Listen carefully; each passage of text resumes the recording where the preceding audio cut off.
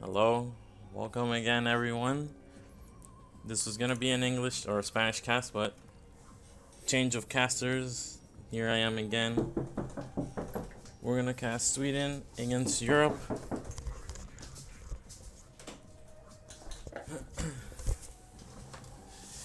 We're gonna start off with Karenzi against Favorite. Winner of this match will play Poland next week, and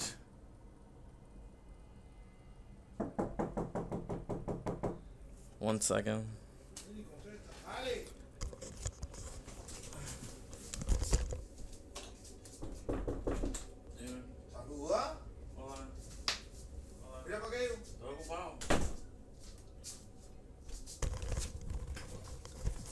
Alright, I'm back.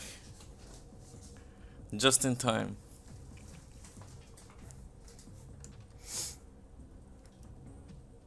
I guess we'll just go into match 1. Karenzi against Favorite on Eclipse. Let's see.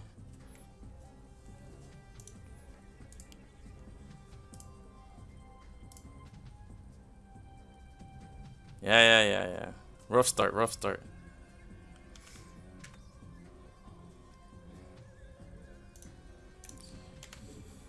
Alright, everything looks fine. In the top right, we have Karenzi as the orange Zerg representing Team Europe.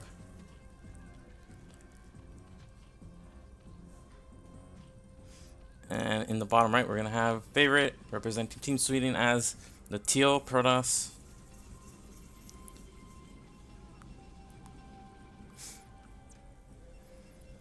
Alright, well, if you looked at the matchups, there's not many Terrans on either team, not many Terrans at all in Division A. There's like 6 Terrans across 13 teams, something like that.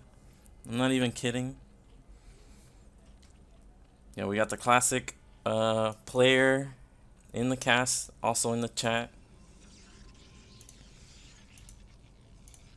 Alright, Pylon. This looks like a gateway expand from Favorite. What game was here yesterday? It was Lancer X against Red Duck.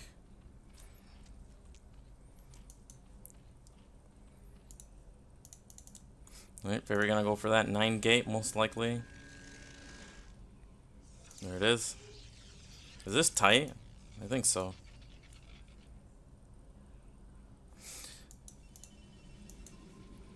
Well, as you guys know, this is actually, well, the last week of the Division B regular season coincided with this match. This is the first week of the playoffs in Division A. So we have 2 teams from Division B that are going to be promoted into Division A. 3 auto demoted. That's Germany, Norway, and Peru. Those last 2 teams because they just didn't participate for one or another reason. Right, there's a probe heading out. Took this weird path just to avoid being spotted by the Overlord, I guess. And we have an 11 hatch, 10 pull from Karenzi.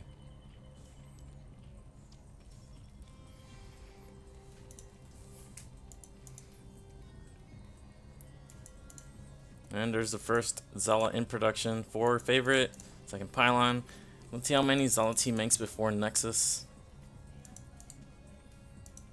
What is this drone doing? Alright, we have Karenzi in the chat. What was the purpose of scouting exactly this base here?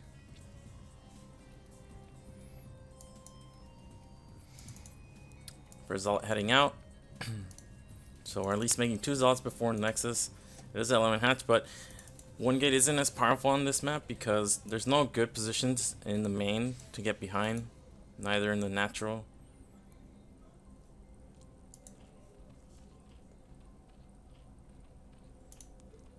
Alright, immediate second gas from Karenzi, not before 3rd hatch, just right away. And we have 2 Zealots before Nexus. And there's a 3rd Zealot in production. My favorite's going straight to the 3rd, and this is already backfiring because there's nothing to find there. And now the Zealot's gonna arrive in the main, but they're already lings out. 2 Zealots though, enough to deal with 6 lings, especially with the probe. 8 lings, let's see, go for the probe first. There it goes down, and now this should be a pretty easy defense by Karenzi. I would be surprised if any more lings are made. Actually, we have 2 more.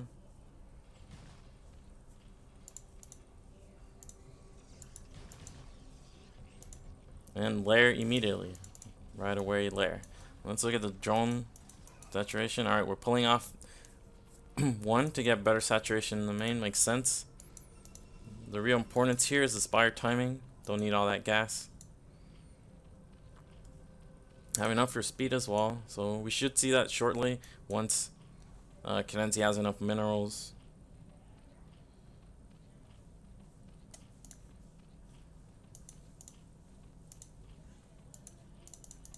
Making only drones. I mean, this third location is a little bit awkward because there's not just this easily blocked ramp. And we have a very delayed cannon from Favorite, but because Cadenzi's tech is so much faster, it's not going to matter. Already back on gas to get enough for a spire.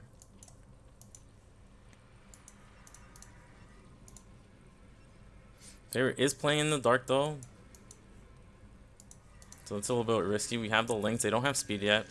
Actually, they never got speed, right? These are slow lings, so never got speed. If I'm Protoss and I don't see ling speed, I'm already a little bit concerned about 3-hatch Hydra. Maybe Favorite is this wall. Yep. Immediately adding second and third cannons.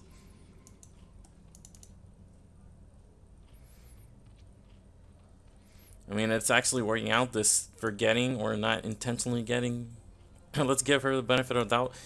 This no speed build is actually working out because Favorite thinks this is 3-hatch Hydra because he's in the dark.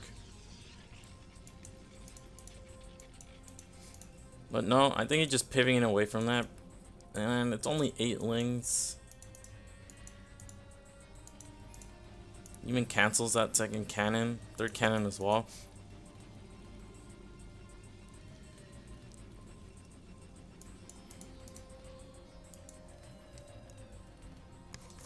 This is very...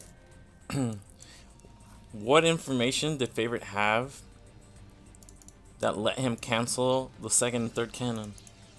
I don't know. I don't have the answer to that. Well, the spire's done. You have the first set of Scourge in production. There's a Hydra Den. Zerg saturating up very quickly. Then we have 2...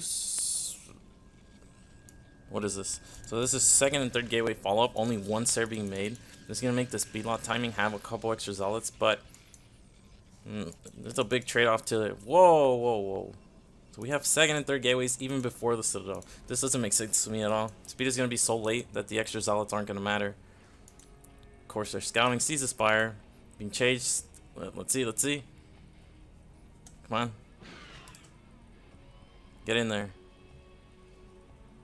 It's not going to happen. I'll leave it click, but Cadenzi getting the full scout. Sees the Citadel timing, realizing this is super late.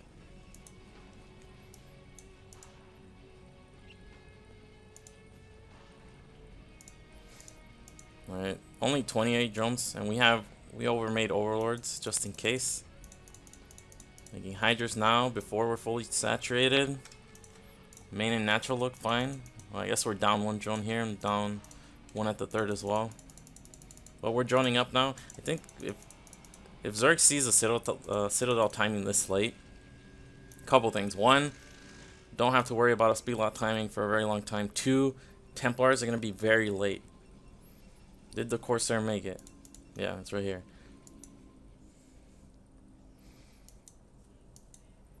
So Cadenzi got away with an extra round of drones, and honestly, this Archives timing is super risky.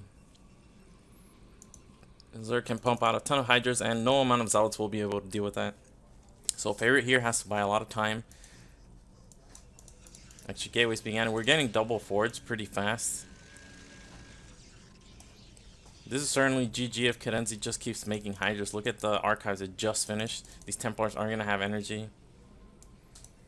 And this is like the worst thing Favorite could do. Retreat back into his base, letting Cadenzi put on the pressure. Instead of hiding the Zealots out on the map, trying to threaten counters to keep Zerg occupied. 6 hatch at the third, well, the 4th base now.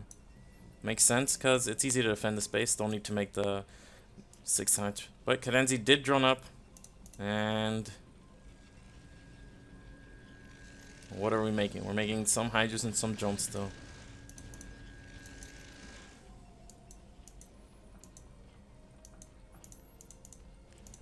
Still droning up. Third gas being made.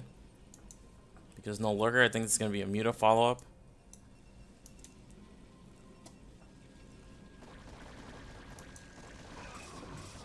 And enough results to shoo away these Hydras. Cadenzi going to be forced to retreat here.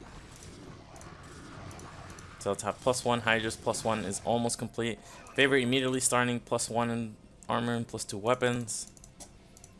He's currently on 6 gateways. And there's the Robo. Robo on time.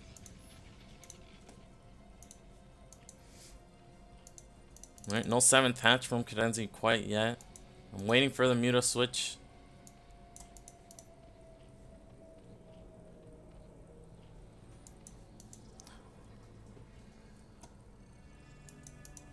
Now, I'm also waiting for the rescout from Cadenzi. No Corsairs at all made other than just the one. Very important to see the second forge. See the gateway count. All this kind of information really helps out Zerg. Decent amount of Hydras at the front. And there we have Lurker, so it's not going to be Muta. Just Lurker +2 weapons started, and the 4th is going to be saturated pretty soon. Favorite rescouting again with that one Corsair.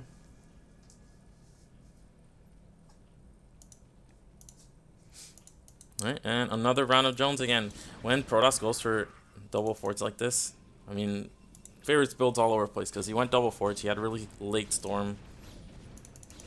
He's going into Dragoons, and he has exactly 3 High Templars, so pretty risky to go into Dragoons this quickly.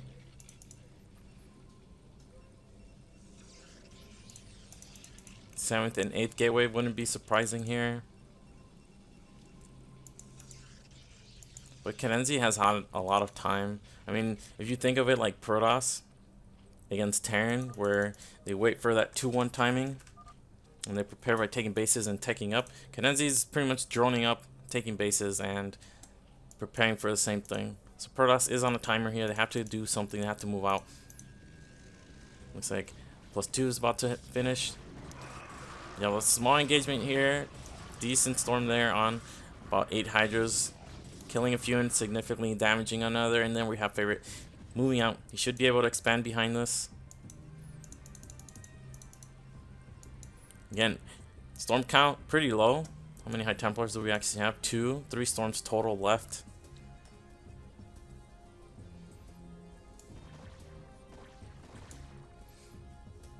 Pretty hard for this map for Zerg to defend. They have a lot of bases to defend, but Lurkers arriving just in time. Observer in production, but not yet here to help.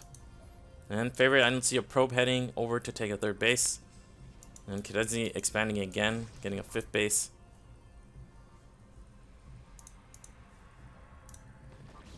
Alright, repositioning the Lurkers again as favorite moves to attack a different area, and can't even engage because very low on the storm count. Have 1 storm left here, but no observer. There's the observer finally arriving. Dragoon count pretty low, only 8 Dragoons. Reinforcing High Templar gonna help out here if he can manage to land a decent storm. Okay, storm there, but nice Lurker spread. And this looks like favorite might be gaining some ground, but eventually he's gonna run out of steam. He still doesn't have a 3rd base. He's about to be mined out. And Cadenzi's on 4 bases, fully saturated, taking a 5th. Let's look at the upgrades. +2 finish. Very nice +2 timing on the Hydras. Big damage spike every time a Hydra gets an upgrade.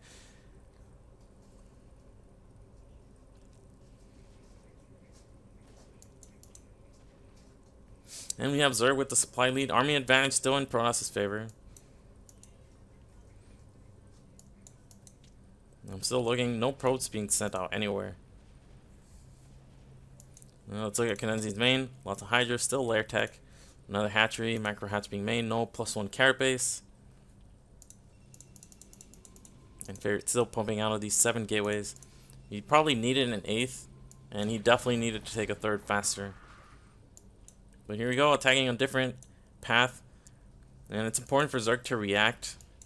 Maybe have some spotting overlords to see army movement would help. But all Zerg needs to do is establish these high ground positions, defend these chokes, and then Favorite's in big trouble. Only now taking a third base. Army way out of position here.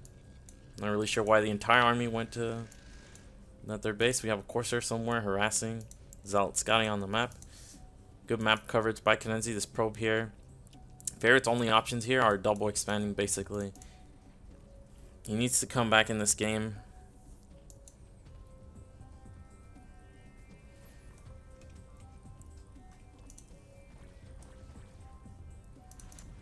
Alright, nice lurker spread here.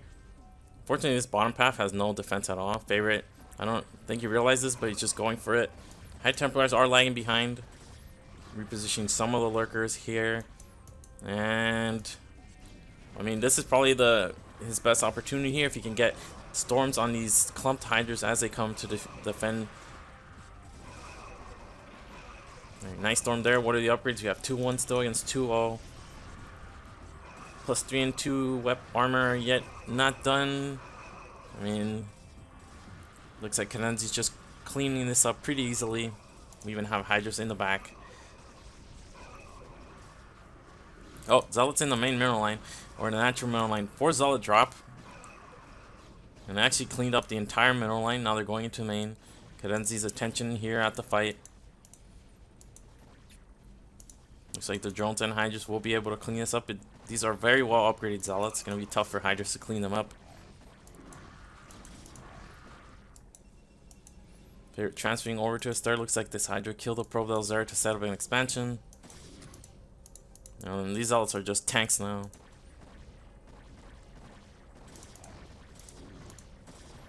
Alright, so Cadenzi lost about 20 drones somehow. The entire natural and some drones in the main. Looks like a counterattack at top left also killed whatever was there. Favorite really should look to set up another expansion here. Main is about mined out. Natural's going to be mined out in another 2 minutes. So Favorite is ending up in a position where he's only on 1 base and against a Zerg that has 5 mineral lines. Could be big trouble for him. Cadenzi getting Hive, Evolution Chamber, double Evolution Chamber to get Ling upgrades Carapace as well. And in the meantime, while Cadenzi is droning up, Favorite is looking to take another base. Only 3 cannons here. This base can easily be countered by a control group of Hydras.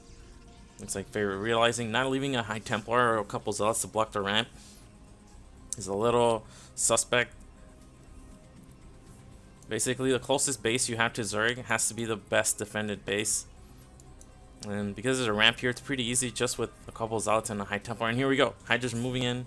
This base could be killed very fast. All Cadenzi has to do is make a lurker egg at the ramp. And the Hydras will have enough time to kill the Nexus. Let's see. Alright, 3 lurker eggs. If not killing the Nexus, killing the probes is also a ton of damage to get done.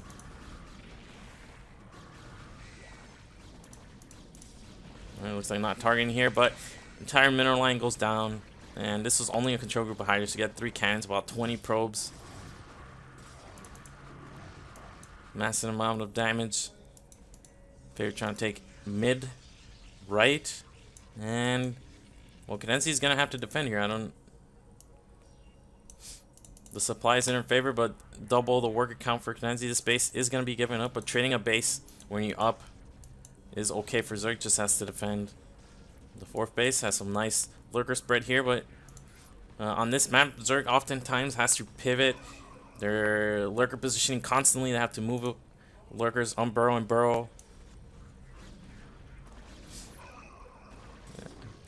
If the game slows down, I'll analyze the map a little bit.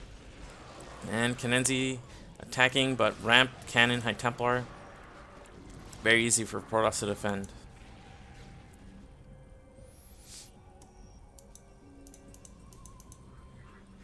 Alright, let's look. Hive is complete. We have +3 weapons started.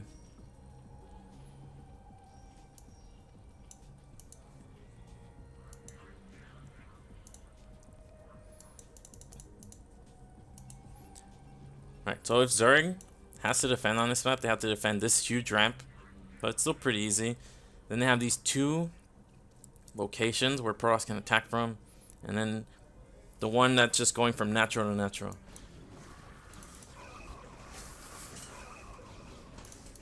So Zerg oftentimes has a large lurker field here, they have their rally over here, and then they have to move around between locations to defend. Okay, Cadenzi didn't spot this army movement at all.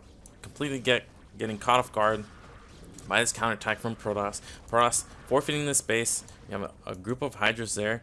These Hydras should definitely just counter here, but it looks like Favorite setting up for that.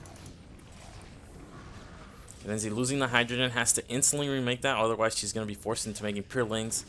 Coming in clumped. This is like basically what Protoss wants, getting premium storms. Going into the main, there's no defense. But we have a ton of units from Cadenzi retreating. Lurkers staying burrowed here. 4 High Templars here to deal with counters. Most important structure here is the Hive Defiler Mound, also important. And let's look at Cadenzi's eggs. Not making any units at all because Hydra Den is dead. Pretty sure she's spamming SH and it's not actually doing anything. See the minerals going up. So I think this is gonna get eventually cleaned up, but this was a ton of damage done. Very efficient trade from Favorite. Just what he needed. Looks like the pool also goes down. Spire, very frail structure, especially these Zealots, +3. Just killing everything. And there's the pool being remade. And this was important. When this Hydra Den went down, you gotta remake it instantly. We still don't have link speed as well. These probably have crack and no speed. On the flip side, it's not terrible for Cadenzi because Favorite's basically on the one base. This base was killed. Cadenzi can't make any units. I mean, oh, this is actually pretty cool. We have mutas, and Protoss isn't going to have a ton of anti-air, but the problem is these already have 2 armor. They even have shield upgrades, so the mutas aren't going to be doing much damage.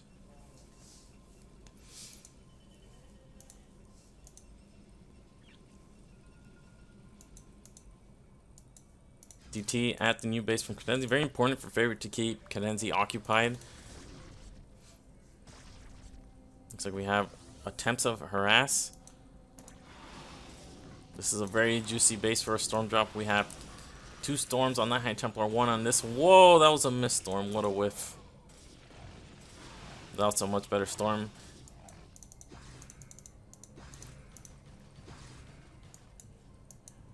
And Zerg's suffering here a little bit. We have mineral lines that aren't being mined. And Favorite has this brand new base again, but really needs that 4th base. His economy is not great though. It looks like the DT is actually going to kill this new base.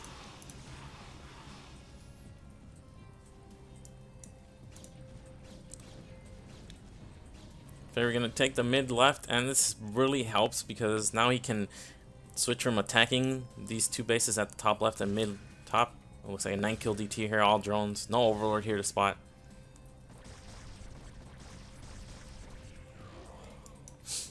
Taking this base is very important for Favorite because he can defend this pretty easily if he keeps his army here and pressure these 2 top left bases. His army is a little bit heavy on High Templars. We have 10 High Templars. No way you can utilize this much storm. You have a Dark Archon being added, and not leaving any defense at this base. Pretty risky. Muta's trying to snipe High Templars. Looks like 1 went down, but I mean it's a ridiculous number amount. I think the storms actually did more damage than the Mutas there to Favorite's army.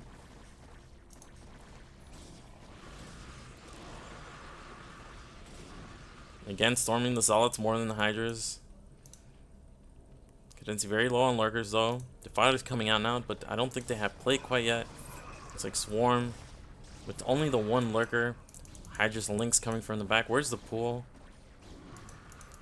Pool's at the 3rd base, but not getting any upgrades. Lynx are still slow, still don't have crack.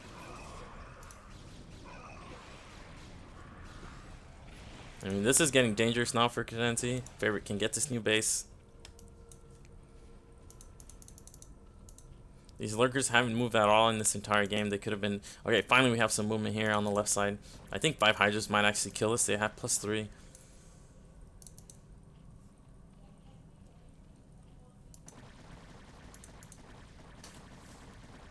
Oh, man. Favorite actually canceling it. It was all at 500 HP. I think maybe he gets there in time. Why cancel if it's not, like, guaranteed? No Nidus at all from Kirenzi. So if the units are at the rally here, well, I don't think we even have a rally. Like, when you... There's been a lot going on in this game. Looks like the hatcheries rallied there. These I have no idea. Look, they're just rallied here. So we have 4 different rallies we're working with. And top left exposed again. So we're taking bottom right though. It's very hard for Protoss to attack both these bases. It looks like we're gonna head into a very low economy game now. Very on the 1 mining base. And Cadenzi has her 4th base, her natural with a couple patches, the main still has a couple patches. 3rd base about fully mined out. It's actually very important to set up this base. You have lurkers moving forward, but this is terrible. Attacking with lurkers like this. Protoss already here, has storms ready. Favorite has more storms than army.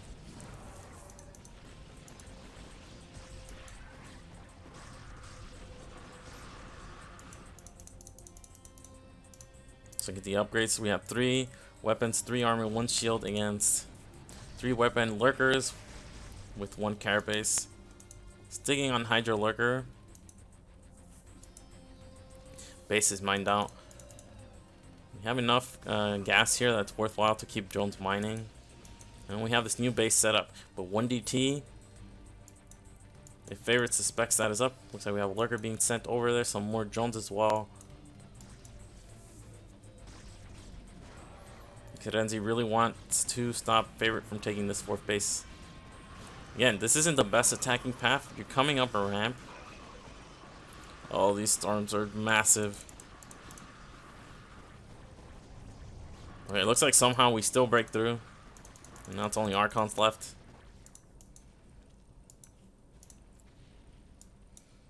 Alright, so now it's GG, I think. I think we're at that point in the game now.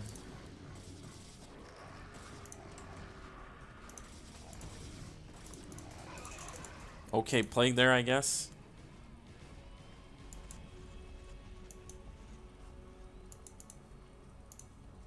So what options does favorite have here? He can't take this base anymore. He lost the fight. He's very low on minerals, making Zella High Templar.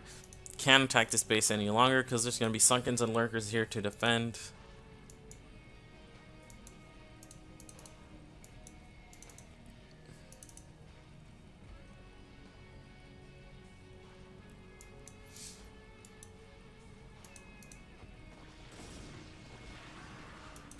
Alright, just waiting for favorite to do something. I think his position is basically as grim as it can get. Zerg is still on very low eco, so maybe if some shuttles... Okay, this is very well defended now, never mind.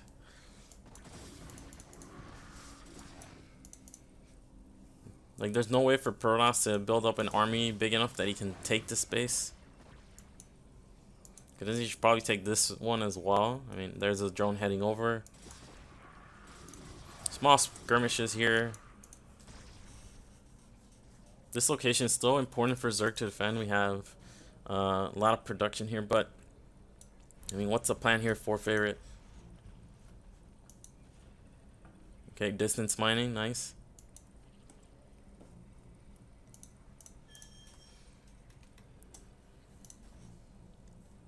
Very long gas. Let's see.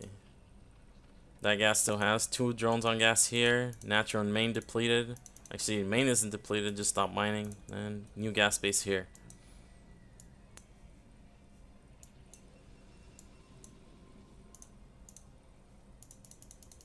Alright, Protoss still locked into making gateway units. Can't transition into reavers. Very low on minerals. Have enough just to barely take this 4th Nexus. And Cadenzi's plan here. Okay, we finally have link speed, and I'm pretty sure they have crack.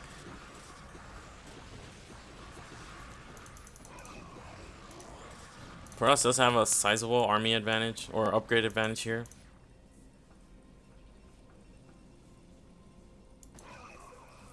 And we have more pressure being put on this brand new base. Trying to snipe the High Templars. Making Lings is actually, well, it depends on what Protoss's composition is, but if it's still Archon Zealot, these are 3 weapon Archons and the Zealots as well. The Lings only have 1 character, so they're going to be 2-shot by Archon Zealot. So it's still probably better to continue making Hydra Lurker. A nice counterattack with Lings, and these are crack Lings, so this Nexus will go down very fast if targeted.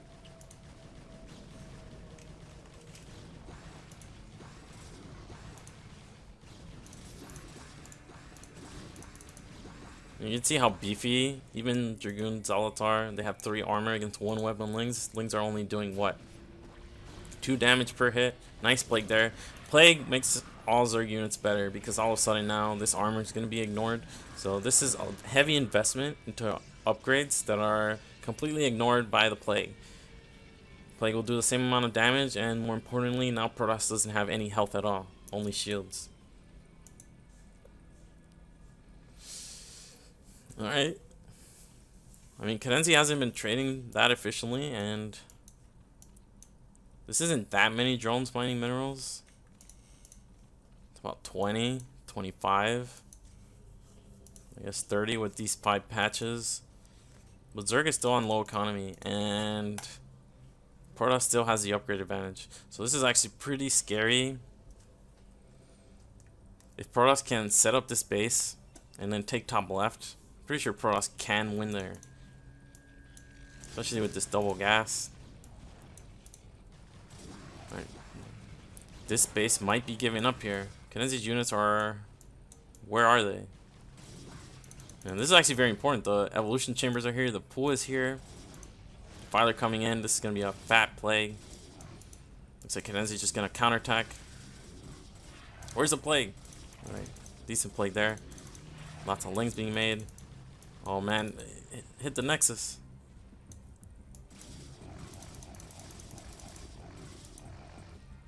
I mean, more than the hatcheries, it's actually the evolution chambers, because while the hatchery production helps a ton, the economy is so low that it's not going to matter. And we actually did have a Nexus snipe.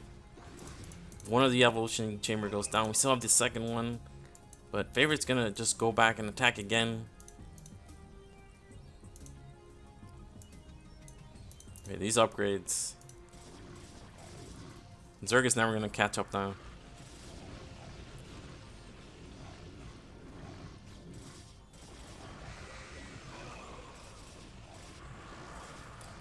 It looks like +2 carapace isn't going to be allowed to finish.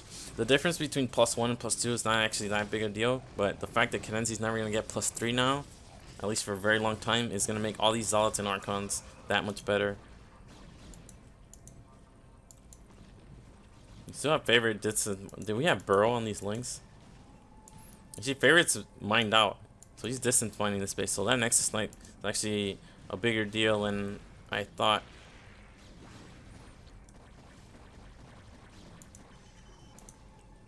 Alright, are we gonna eat Hydras? Oh, we are. I mean, the economy is so low, this is probably not a great move, but Plague is so powerful that it probably is worth it, no matter what. Unless, of course, we don't use it, and the Defiler dies. And what does Cadenzi have left? I mean, Favorite has to set up this base, so it's very hard for him to attack. Like, Zerg is just going to counter the space every time Favorite moves out.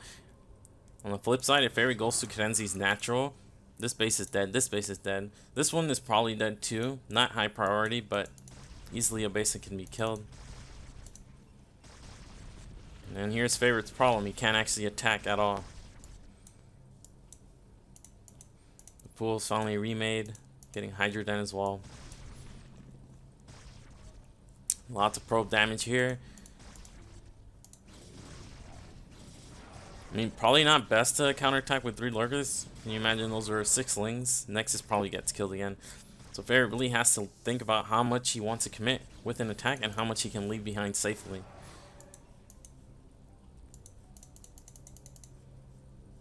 Even with these depleted gases, he's still mining enough that he has a large gas count.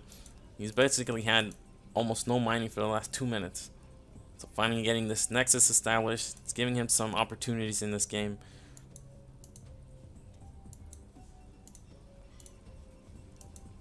Doesn't also want to overmake cannons at the space, so he really wants to leave the army there. And it looks like Cadenzi, with her superior economy, has massed up a significant army here. Don't really need to over defend these bases anymore because, I mean, there's the only... How do I say this? The only way Cadenzi loses from this position is if Favorite can kill both of these two bases. And for Favorite to get across the map, he would have to forfeit this one. So just Cadenzi being here, ready to counterattack, is going to make it very hard for him to ever move out. We have a quad lurker drop here being set up.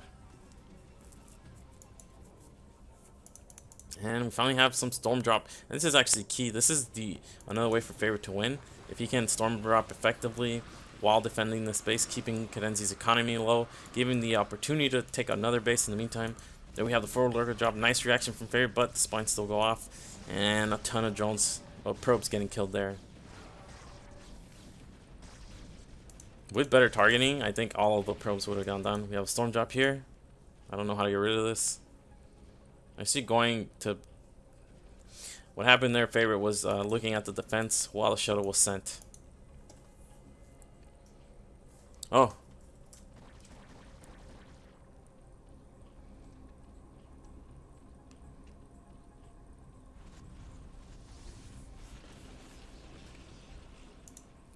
Whiff of a storm there, unfortunately. And we're down to 8 probes, but Favorite does have 4 nexus. He can easily rally all 4 nexus. Where's his army? Why is his army not defending the base?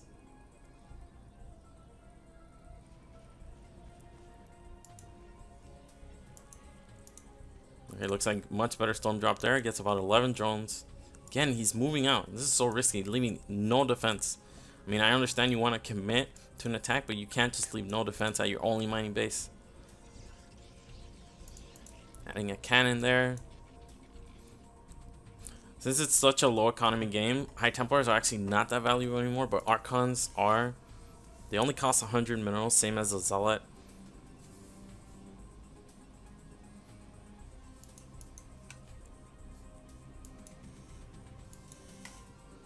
Alright, leaving the Archon and a couple High Templars is very smart. Has Goon High Templar army here. Looks like we have a link drop in the main. Only 1/1 link, so it's going to take a while for them to do anything. But it's really just a distraction. Looks like some links killing pylons from the main attack. Moving way forward with the lurkers instead of burrowing them in range of the nexus. And looks like Favorite's going to be able to clean this up. Do we have detection here? We have the 1 observer. Now we have the swarm, and now this lurker will never die.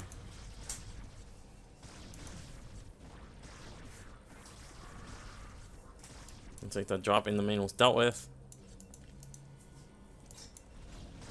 I mean, this is a grind of a game. Favorite going down to no probes again. One thing I should mention is, even with these gases depleted, I guess if you have no probes, if you only have 5, you want to mine minerals, but you really want to keep mining depleted gases as Protoss.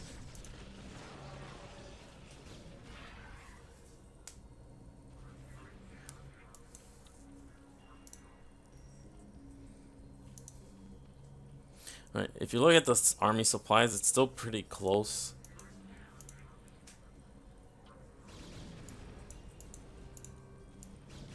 Nexus getting targeted. Lings going for that surround.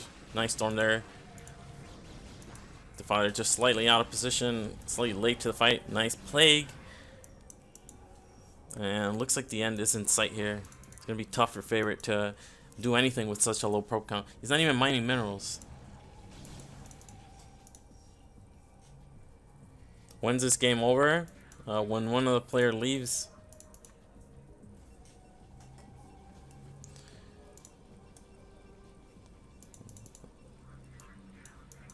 Alright, we have a drone transfer, not really sure why. Oh, storm drop from Favorite, nice. Every drone he forces Kenenzi to make is one less unit that's going to be used.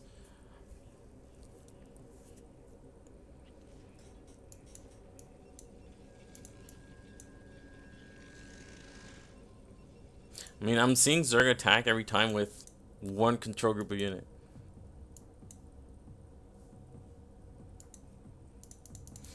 And I'm interested in why so many defilers if Protoss' army is this. How many times are you going to plague this over and over again? Alright, here we go. We're finally tagging from 2 angles. Defiler arriving in time, going to plague again. Plaguing Archons and 1 Dragoon. Lurker burrowed.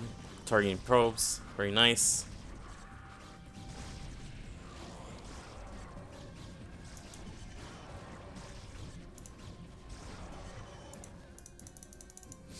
Another option Zerg has is just to hit the natural. Basically say, alright, you need to defend that base.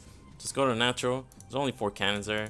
Protoss making pure High Templars because they're so low on minerals and very high on gas still.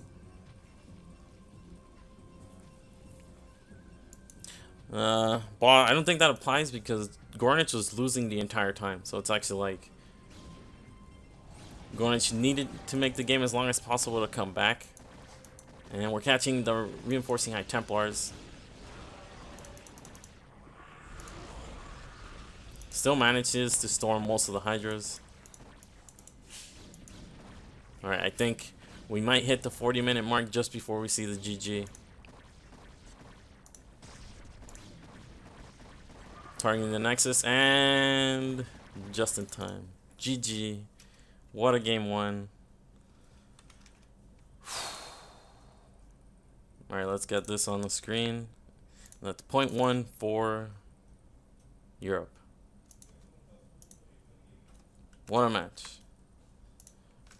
I mean, Cadenzi was winning for a large majority of that. But that one attack at the natural made, I'm pretty sure it made her sweat. I mean, yesterday, think about it. I had to cast 7 replays, so I'm like, alright, 7 replays.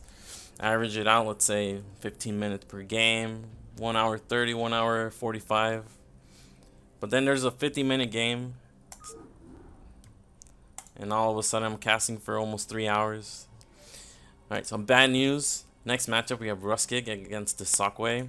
The bad news isn't that it's a PvP, though that is unfortunate. The bad news is Oya was initially scheduled to play this match, but had to be subbed out.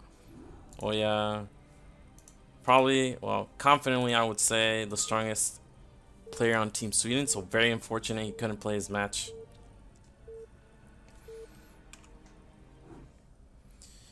So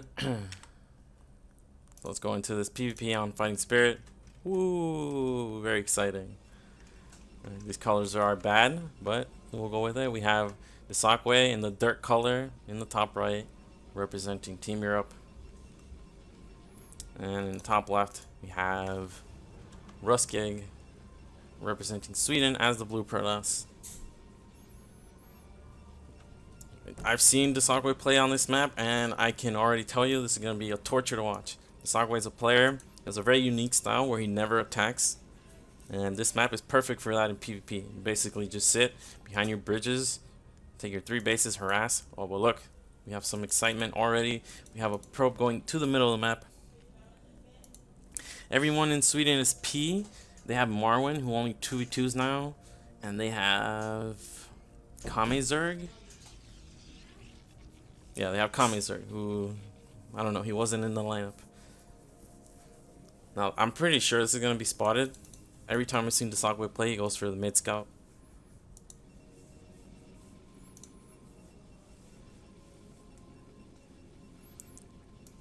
Here we go. We only have 9 probes. Now we're going to see double gateway going down and gateway scout from the Sockway. So not playing risky, not getting that extra minerals, going for a gas scout or something like that. And is this going to go into the middle of the map?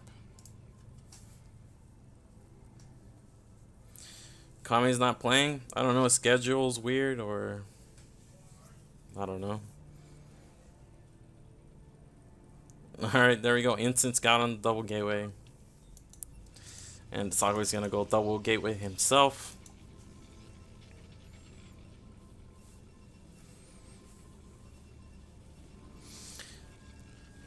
I mean, what's the difference in hours between Sweden and wherever the Sakwe lives. Where does the Sakwe live? Like some Eastern European country?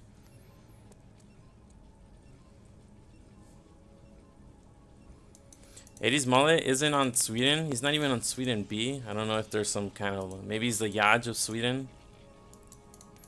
Where they don't want him the Julia of Sweden. Alright, so if Croatia... I'm sorry, I don't even know where that is. But I don't think it's more than 1 hour difference with Sweden. They could have scheduled during the week. They didn't have to wait for Saturday. Alright, here we go. Pylon, very important for Ruskick to get this down, simply because he wants to get a shield battery to be able to continue pressure. Looks like Desagwe not respecting this threat.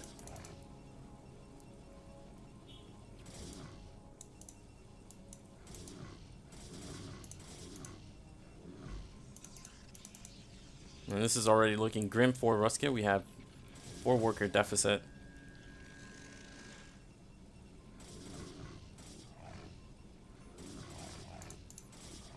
Alright, nice shield battery usage already. And it's going to allow him to get... Like, this is a ton of value from the shield battery. He's still going to have 1 less Zealot basically every time they engage. And it looks like Sakwe finally realized, okay, I need my own shield battery. Still no pro pylon being made, or no shield battery. What am I saying? Still no pylon being made in Ruskick's main. Eventually, if he defends, he could probably proxy his own gateways here. Looks like the probe did go down, so no more additional shield batteries. Usually what you see is a ton of shield batteries being added, and it becomes a micro war.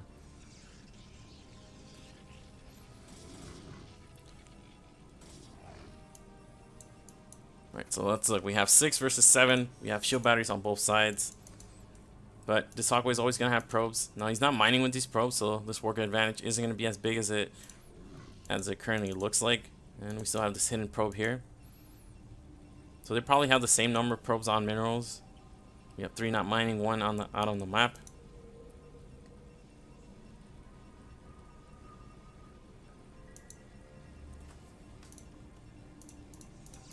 Alright, second shield battery finally from the Hawkway. He can be a little bit more aggressive now.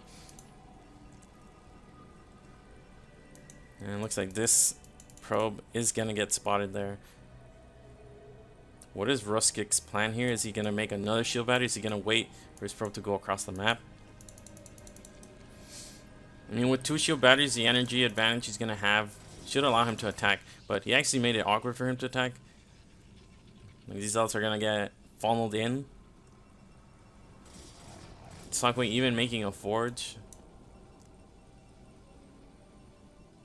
I mean, at this point, Ruskick can transition into something else simply because he can hold the low ground.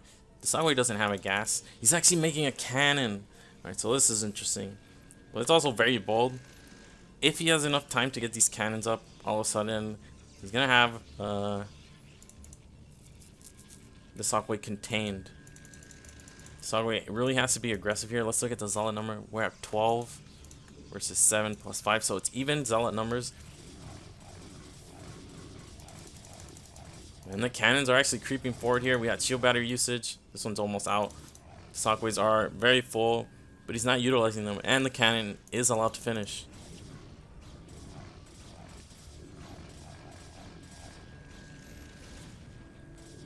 It's like one of the cannons goes down. We have cannons from both players now. We have the Sakwe scouting probe still alive, which is very important. Sees no gas. And here we have the cannons from the Sakwe helping out in this fight. It's also making 1 cannon. There's a cannon here going set up to protect his gateways. Cannon in range of the shield battery.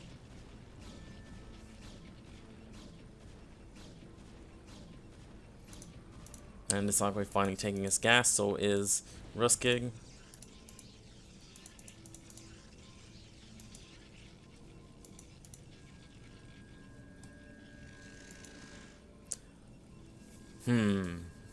So who's actually ahead here? Gas timing's about the same. I guess the biggest advantage. Oh, we have a finally we have. I mean, Rustic knows this probe is out on the map, so he really should be like continuing scouting for it.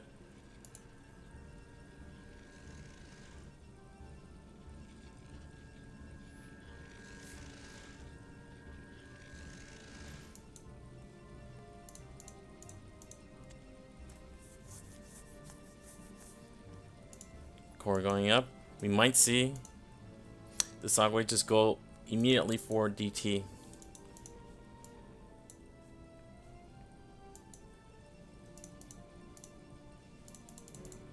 I mean, neither player wants to attack here. The cannons make it so that's hard for them to attack as well. It looks like this probe is looking for something proxied. Yeah, Robo coming up, and here we go. Here we go. He knows there's a probe somewhere.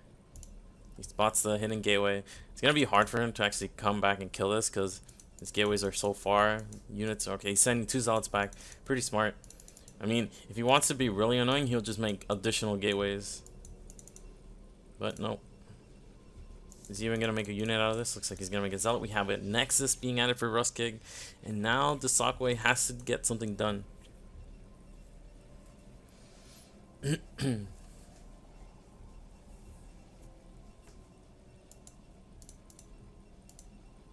Cannon being added. Robo about to be complete for both players. No Dragoon range. Reavers do outrange cannons, so it's not surprising if they go both immediately for Reavers. Can you use a shield battery on a cannon? No one asked. No, you can't.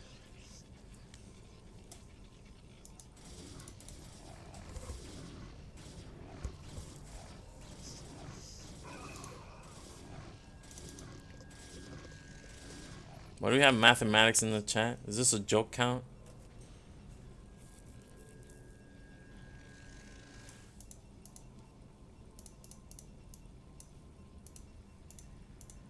Shuttle being made for the Sagway. Support bay as well.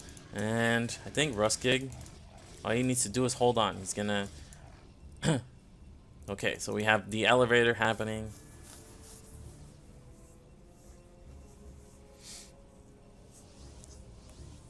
It's very hard for Rustig to scout this. He's not... I mean, he should have something patrolling from this base to wherever he doesn't have vision anymore. You gotta see this kind of play before it's out. Because if I look at Rustig's position, he has an expansion up much faster. He should be able to defend from any kind of attack so long as he sees it coming. I mean, these zealots, they're not gonna have speed, so it's still not that threatening, but it is 12 zealots. I mean, I'm pretty sure slow zealots against even just one Reaver won't be enough. I've never seen this happen, so this is like the fastest game when Frost just goes pure zealots. And I'm surprised Rustig hasn't even peeked in with 1 zealot to see. Oh crap, there's nothing here. Reaver is out, so he's gonna be forced to retreat. And here we go, just a 1 Reaver. Let's see how much damage this Reaver can get done. Go to ramp, go to ramp. Oh, not getting to ramp in time. Getting blocked by his own zealots, but very easy defense. What the heck? Where's the shuttle from the Sagway? Like, it's cleaning up the cannons.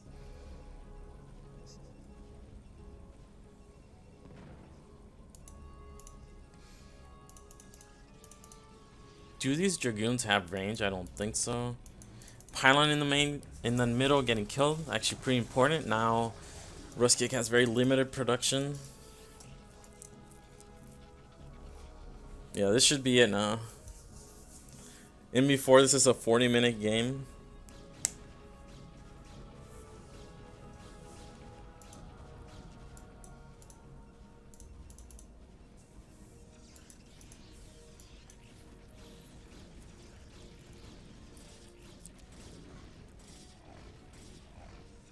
Alright, the Sagway taking an expansion. He's gonna need to get some damage done with these Reavers. He does have shuttle speed. I'm pretty sure. No, these Dragoons don't have range. So it's actually gonna be very hard for Rustig to defend. Here we have the Reavers unloading. Let's look at the reaction. No reaction quite yet. Juicy. Those are massive scarabs. Scarabs, only 2 probes left. And I think just with that, this game is basically even.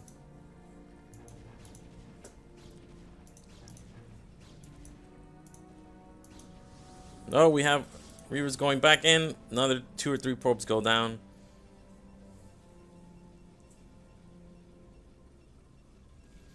We're going into main. Now this is a little bit bolder. Harder to just run away now. And if he sacrifices these Reavers to get harass done, then he opens himself up to be vulnerable for a counterattack. If Rusky can get his own Reavers and shuttle. But no, looks like he's able to escape. Leaves 1 Reaver. This is what's known as the... I mean, it's not worth it. He does have a 2nd Reaver back at home.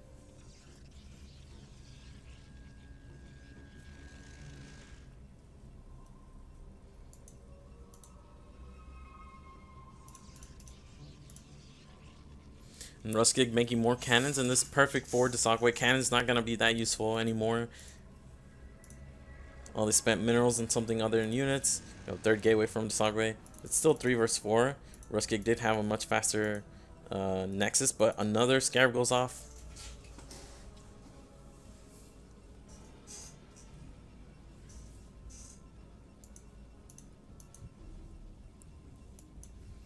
Alright, I thought this game was over, but it looks like we're in for a long one.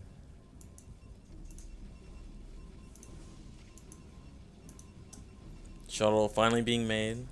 Alright, looks like... I can't spot these shuttles on the minimap, man. I didn't even know there was a shuttle here. I was looking for it on the minimap.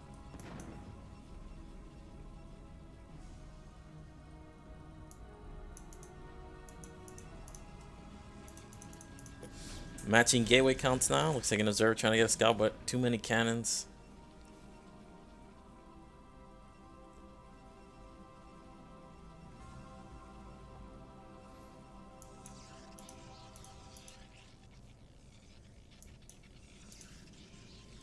Yet another cannon being added. And Ruskig setting up for that move. He doesn't have shuttle speed. This is a ton of Zealots, and Zealots are pretty useless against this comp of Zealot, Reaver Dragoon. It's going to come down to who can get the better Scarabs off. Whoa, why did Ruskig's Reavers go that far forward? Here we go, got to target the Zealots. Target Zealot, looks like a flanking Reaver getting dropped off. Oh, fat Scarab there. Ruskig down to 1 Reaver. Desagway still has 3. Looks like all of his Reavers go down. Shuttle's still alive, but Desagway effectively defends there.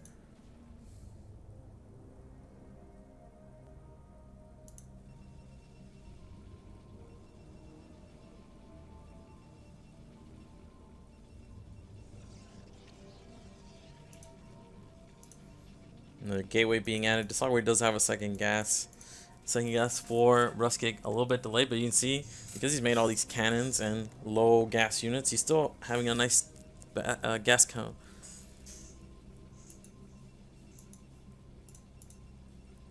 And because of the cannons, look how Desagway's gateway count looks. It's all spread all over the place.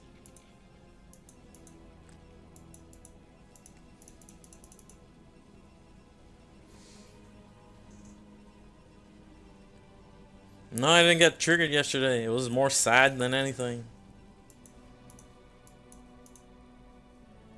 More harass from Desagway.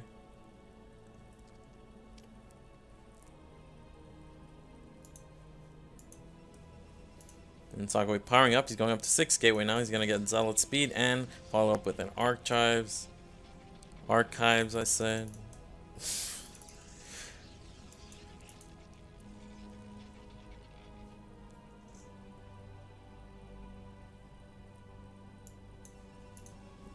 Alright, Ruskig tired of getting harassed. Just gonna leave his Dragoons like this. Upgrades is not that important in PvP, but Desagway does have +1. Reasons why upgrades are not that useful is because Dragoons, well, they get a +2 damage, but Scarabs do 100 and they do splash. So for you to maximize your upgrades so that they do more than Reavers are worth is pretty difficult. Here comes another shuttle just as the units move out. And here we go. Ruskig probably, I mean, he's dealing with a pylon with his entire army, opening himself up for this kind of play. I feel like this game isn't on fastest setting. Alright, going up to 7 gateways, but we're gonna be pretty soon on just the one base. Pylon wall, and then the Nexus. I mean, now we're in Desakwe's comfort zone where he doesn't have to do anything. Just sit back and harass.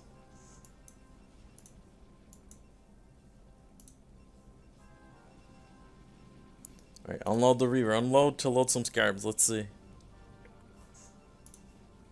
There we go. 22 kills. And now we're switching into storm drops. This is what I'm talking about. If you can just defend your 3 bases and keep your opponent low on economy, there's really no reason for you to ever attack on Fighting Spirit. You just expand and harass, rinse and repeat.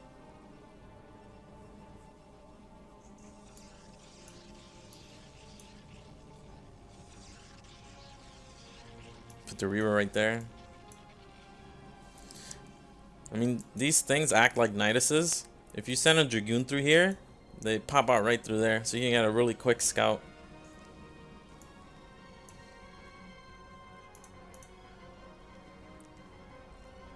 Alright, waiting for the opportune moment to get some storms in. Nice observer snipe from Desakwe, and he's gonna stand behind his bridge. He really should spread out the Reavers a little, but it's gonna be hard for Ruskig to come in and get an efficient enough trade here, even with the Reavers and the High Templar. A nice Dragoon arc there would really help. And here we go. Here's the storm drops. And nice first storm. 7 kills. Storming the gas. Getting a couple more. And the problem is here, you just hide the shuttle and he'll repeat that in about a minute.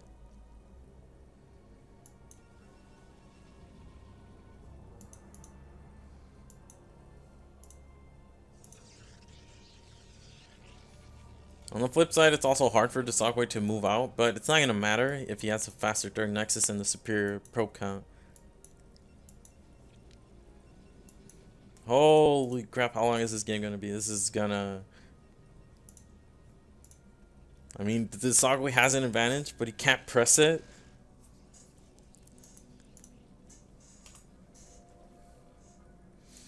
Alright, we're setting up a cannon contain. But cannon contains don't make sense unless you're maxed out, because you really should just be making more units. The reason why you cannon contain, well, a couple of reasons. One, cannons don't take damage from storm, and if you're cannon containing, you're past the point where you are making a ton of Reavers. So you're switching into Archon, Zealot, Storm with Dragoons. You might have a few Reavers left over, but really that's the comp. And if you're maxed out, you can't make any more units. So the cannons act like extra units. You spread them out nicely, and it's just very annoying to break out. Only really work in this matchup. It's kind of like the only time you'd ever see it. It's not going to work against Terran or Zerg. Against Protoss, sometimes you see Lurker and Hatchery contains, and that's just because Sunkens with Lurkers are very hard to break out of. Oh, this isn't Oya, this is Ruskig. I mentioned it earlier, Ruskig subbed in for Oya because Oya couldn't play.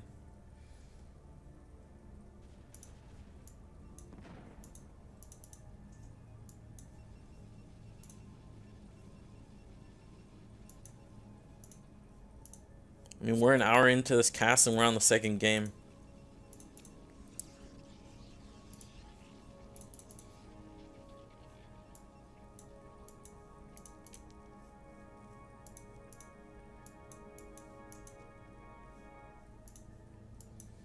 Nexus actually went down, and here we go with the cannon contain, but the economic difference is too large here.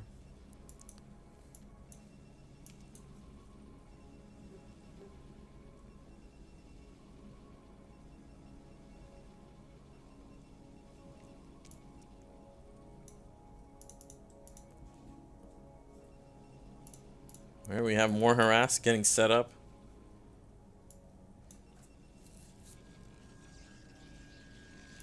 More cannons being added. 4 Reaver drop incoming. I would like to see a 3rd shuttle just to get 4 Zealots as well. But this could be a ton of damage here. First, there's no probes here to do anything, but maybe he's going to go for keep tech buildings. I don't know. There you go. 4 Reavers unloading. Immediate reaction from Ruskig. Let's see if the Reavers can get anything done. They'll probably snipe this Archon off instantly, but the Storm is very effective, and everything's clumped up.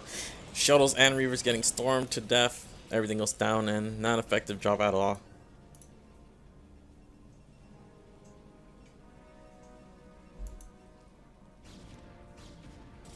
Looks like the Sagway moved out some Zealots from here, and he's actually opening up a path.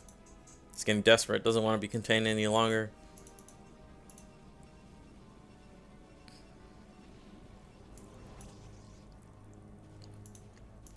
But look how late this Nexus is. This base is already a 3rd mined out. So quick math, 8 patches, 500 minerals. That's 4,000 mineral difference.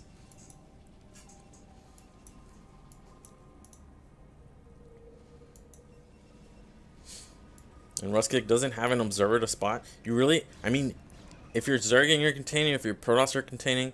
You want to have an observer or overlord here to see this kind of movement. Because now he's just going to get caught way off guard. I mean, second time we see the Sagway going for a big move out like this, and Ruskig doesn't have any scouting. The earlier one was the elevator out with the shuttle. And when is Ruskig gonna notice?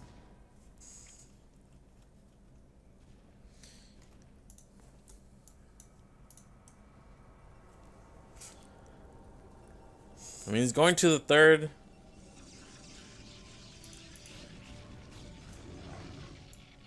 No reaction yet. He's like, what the heck? He's adding more cannons. And he types a GG. Well, what a game. What a game.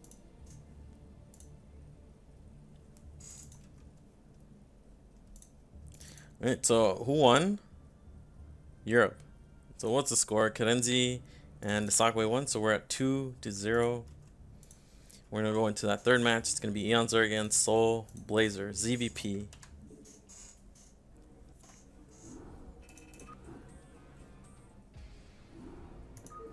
Jeez. Alright, luckily we have Eon playing now, so map is going to be Neo Sylphid. Alright, tell the Koreans to come now.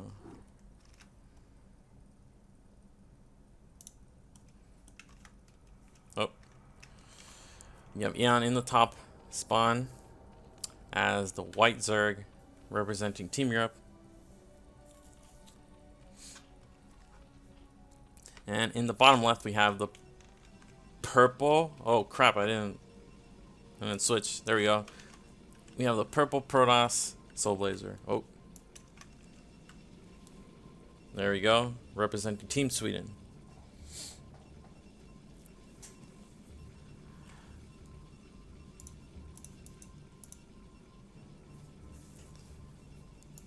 Alright, we have 12 o'clock spawn on Sylphid, and we have Eon. Let's see if he goes for an overpull. He's going for the Overlord Scout to the closest natural. Looks like it's going to be an in-base gateway. Yep.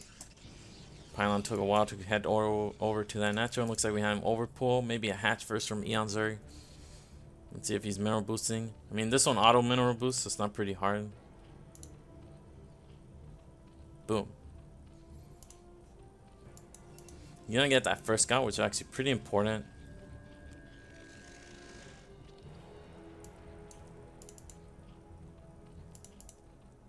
And this looks like it's gonna be a hatch first for Eon, and this is like basically the best build you can do against one base play, be it 2-gate or 1-gate tech. It's gonna be 11 hatch. Now I'm a little bit curious. We have Cadenzi in the chat.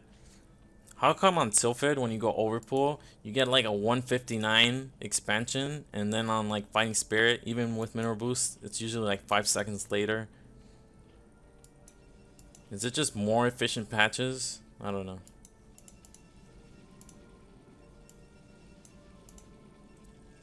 Double Gateway, and this is pretty hard already for Protoss. You have no advantage against Hatch first with Double Gateway, unless you're proxied.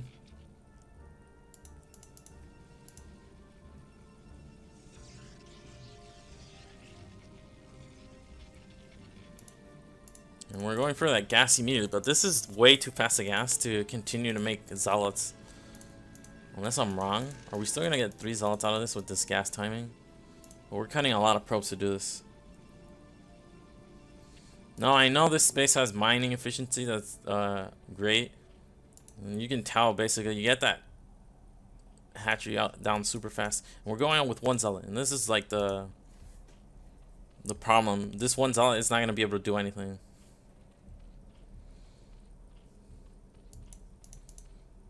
Eon even buying some time with the drone maneuvering just to bug out the AI. If the Zealot's on attack move, it's gonna chase that drone instead of going directly to the base.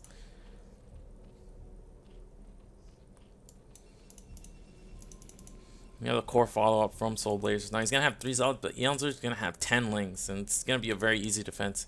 It's not even taking a 3rd hatch. It's going right away for speed. Normally you want to get that 2nd or that 3rd hatch up against 2 gate, but when you go for hatch first, you have enough larva to defend just with 2 hatcheries for a very long time.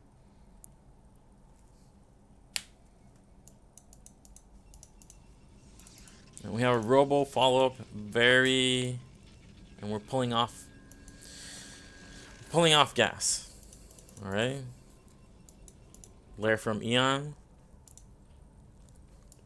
We're moving out with 5 Zealots, and we're not making any more. Usually there's a very strong timing with 7 Zealots because the 3rd hatch from Zerg hasn't finished quite yet. But here we're going with 5 Zealots that are sunken. This isn't that many links, it's only 8. With good micro, Protoss can win this fight. When you're 2-getting, you really want to kill the Lings, not the Sunkens. Lings have less HP. Sunken's very beefy, 300 HP, but they also have 2 armor. And as we learned yesterday, Zealots have multi-attack. So although it says 16, they actually only do 8 times 2. Against the Sunken, that becomes 6 times 2. That's 12 damage only.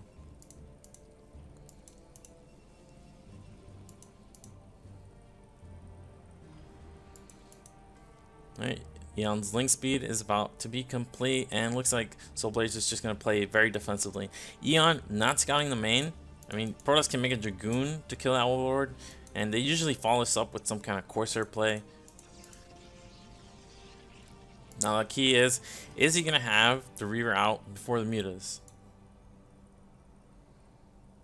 I don't know. I actually don't know, because normally if you go 1 base against Zerg and then go 2 hatch, and then I'm talking about 1 gate tech, the Reaver hits just before the Mutas are out, so like you'll get to the base and the Mutas are making in the eggs. But this was 2 gate. Now he did get a very fast gas, but I don't think it's going to be in time. Maybe it'll just be in time. Spires are about halfway done. Nice blocking here.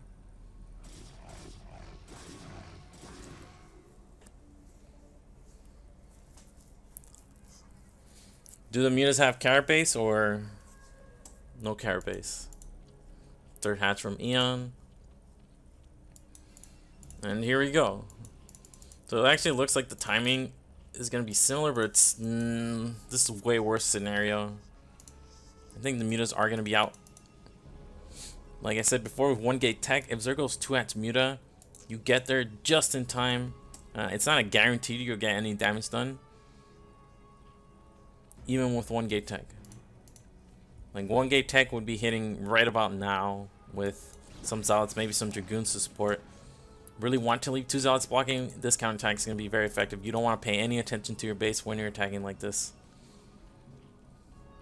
Eon is Europe, yes.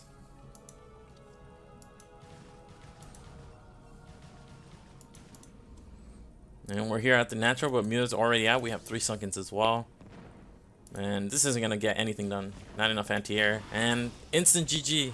Wow, what a... I didn't think we could have sub 20-minute matches. But I was proven wrong. And that's a quick 3-0-4. You're up.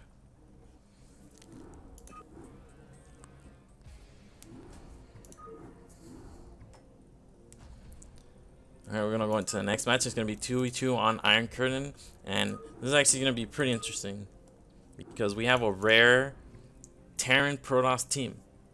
And they've been consistently Terran Protoss the entire season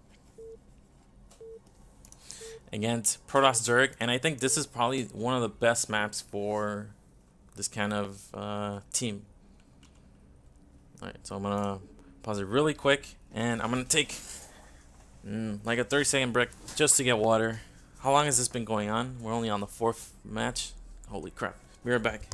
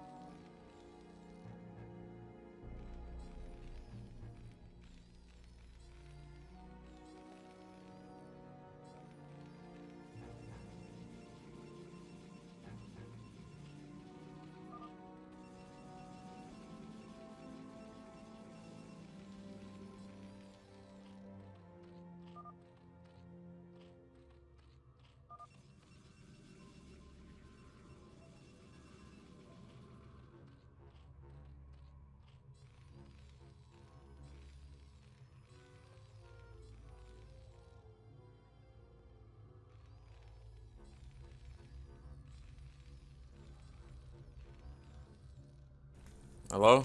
Good call there. Well, based on the cards, you can see this is opposite spawns for both teams. Now, Cadenzi is on the side with the Protoss, but the Swedish team doesn't know this yet.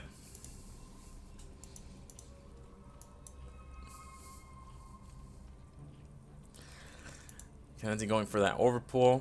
Also, Cadenzi doesn't know what the opponent's on her map. She could be clever and hide the Overlord. I'm gonna remove vision. When Cadenzi has vision here, the Protoss isn't aware. Oh, come on, come on, don't reveal the Overlord. Oh my god. Whatever. Doesn't matter. See, already pinging. Zerg is there. Alright, so what can Terran do to affect both sides of the map? Goliath drop is pretty strong. But again, looks like we're going to have a Nexus first from CRBT, and this is pretty clever. Terran's not going to be able to do anything against Nexus first on this map. And Favorite's probably going to go for Corsairs.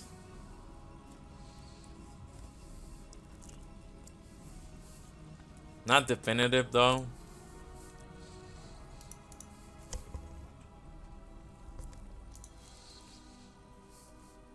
Marwin could also go for... Actually, I don't know.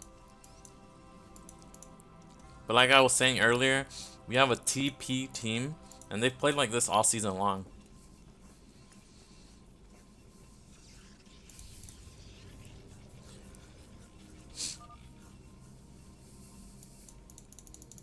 TRBT saying factory, and Cadenzi takes all off gas, and we're putting on some pressure. On this map, it's actually pretty important for the gateway to be as part of the wall.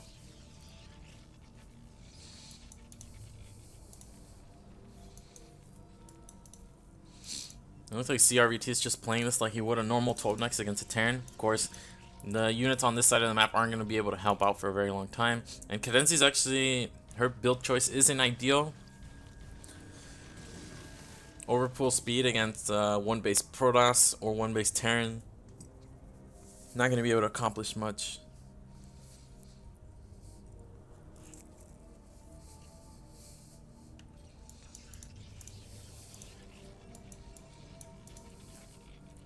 And going for lair.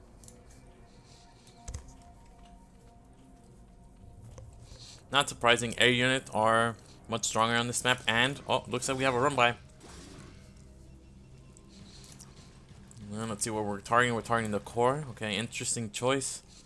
And whoa, Wyatt's favorite immediately counterattacking. The ground distance on this map is massive. Only now going for the pylon. I think the pylon would have been the better choice. We do get to kill that, but we traded 8 links for that. eBay block, very annoying. CRVT, how is he going to follow us up? Looks like we have some kind of mines to defend.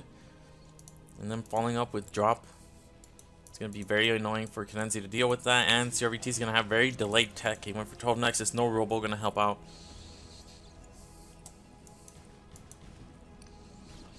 Favorites economy has been very damaged. You can see CRVT is building a very sizable worker lead, but the problem is he's not going to be able to affect the other side of the map for a very long time. So it's going to be Cadenzi pretty soon. He's going to be playing 1 against 2.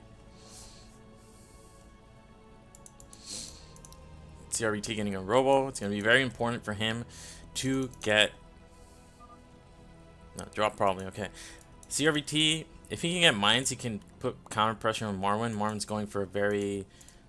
low tank build, and Dragoons are very good against. This is a very committed wall. Very good against Zealot. Very good against mines. As long as they have observers. Cadenzi is getting that Spire. Now the Vultures will hit before the Spire is out, and there's no Sunken here to help out. So this is actually very troubling. You have just what I was talking about. We're gonna have 2v1 against Cadenzi, while CRVT is completely walling himself off. He's preparing himself for a drop. So that's why you see his complete wall here, so no vultures can get in. And there's the drop. 14 Cadenzi can't get. Pulling drones here. There's only one sunken at the net, making a ton of lings. And I think Cadenzi just might die here. Vultures will kill the lings, and then the Protoss units will kill the sunken. And I actually think that's GG. Marwin already transitioning, getting a tank, gonna get siege mode. All he has to do is defend from CRVT's attack. Where are they going? I guess they're gonna go for the Spire. I feel like the drones would have been a nicer pickup. Oh, that's cute. Mines laying, so they trigger on the eggs. Kill the eggs before the munis plot, but not gonna work out. It's only one Dragoon here as anti-air. Spire does go down. Vulture's going to the natural.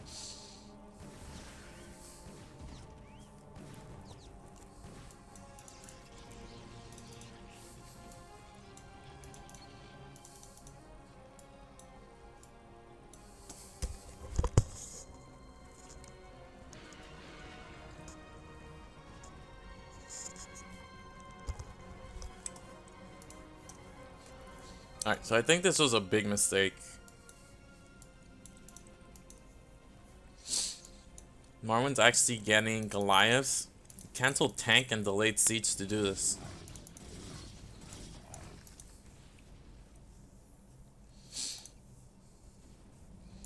And Cadenzi, nice hidden Zal here, gonna be very annoying later.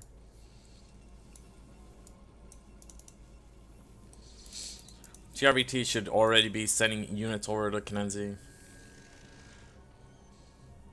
Like, he really has to help defend.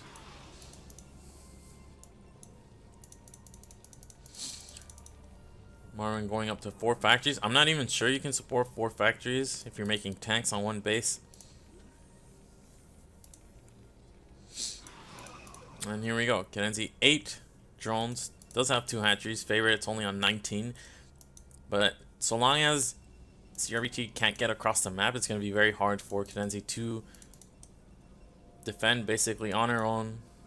Looks like we can have another dropping coming at any second, and Favorite's getting ready to attack.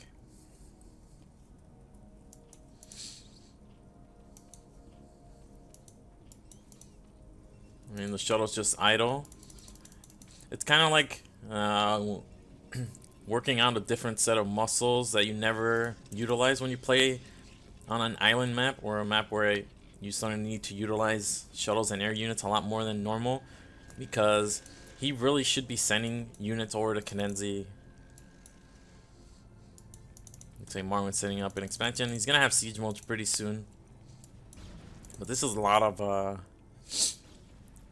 mean, I could see a way for CRBT to kill Marwin, and then it's a 1v1 against Favorite, and CRBT's in a much better position.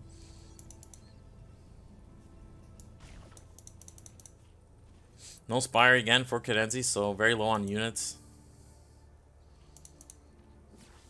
Looks like we're having a run by here. As Marwin gets attacked, it's going to be hard for Marwin to defend. He doesn't have a wall here. The Goliath should target the shuttle. It's only 2 tanks. A couple more are being added, so it's going to be able to get on top. And Kenenzi, I think, is dead here. Does have the expansion. SCVs are very strong. They're helping out Marwin by some time. Nice mine detonation there on the Zealots.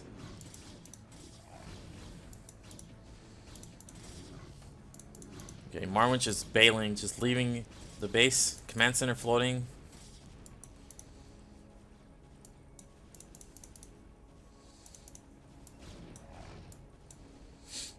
CRBT should really produce a lot more shuttles. Like, eventually Kenenzi's gonna get attacked again. He's trying to snipe that command center. Well, he really wants to snipe as many of these buildings as he can before he can get across the map. How did these SCVs... Okay, he blitzed these SCVs through. Command center. It looks like it's just going to be able to escape.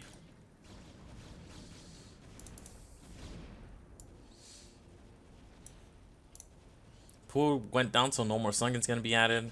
And again, CRBT, just send a couple shuttles, help out Kenenzi, and the game is theirs. I still think CRBT is in a better position because it's going to be 1v1 against Favorite, even if Kenenzi dies.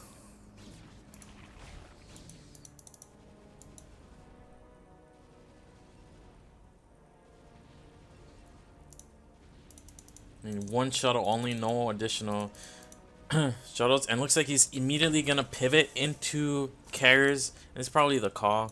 He's going to have a lot of time, but Marwin's going to be able to take this middle expansion. CRBT can deny mining if he can set up some Dragoons here, but the problem is they can just take Kenenzi's old base.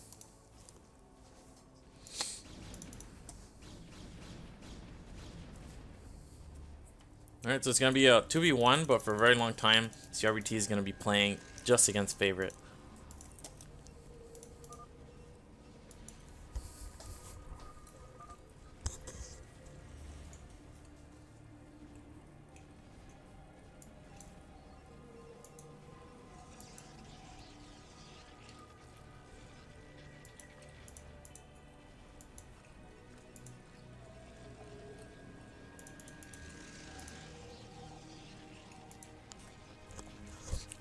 I do question this decision because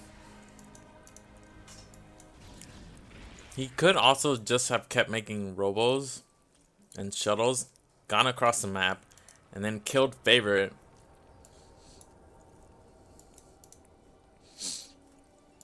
I mean, Favorite's on what, 2 gateways, ending his 3rd and 4th now. CRBT has way more production.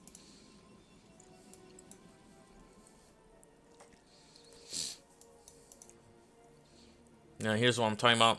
CRBT can just deny mining here. Marvin heading over to Kerenzi's natural.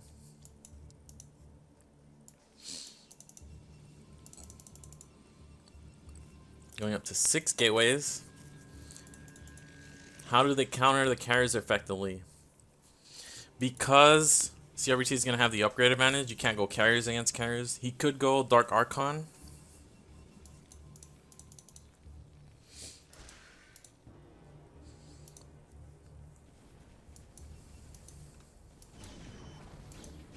Don't really have to put the Dragoons all the way up. Basically just enough so that they deny mining is good enough.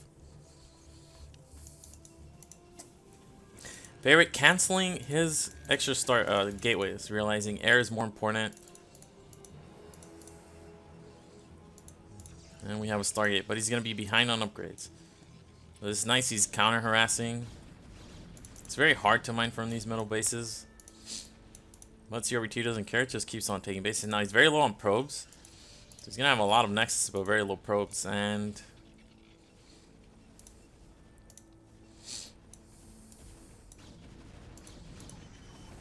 shield upgrade because it's more important for the carriers than the ground upgrades.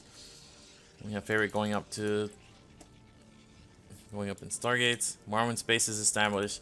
Kerenzi's main is also being taken now. And the map is effectively split.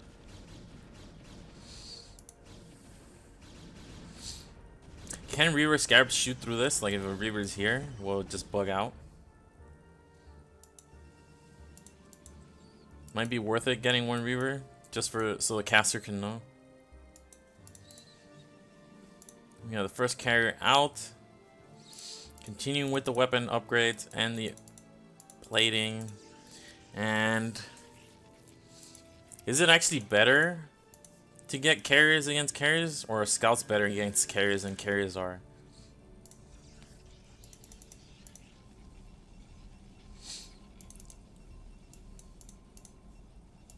Now Marwin going up. What is Marwin going to decide to do here? Because of course CRBT is always going to have more, but see CRBT, look how few probes he actually has on minerals. This is not even 1 per patch in most of these bases. He's only supporting 2 Stargates right now. So we have 1 on gas at this base.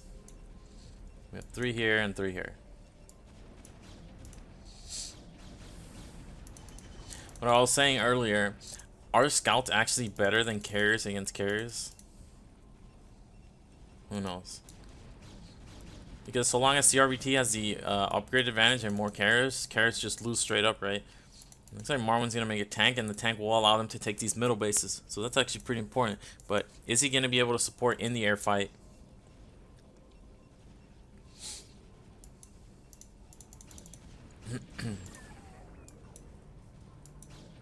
Observer scouting.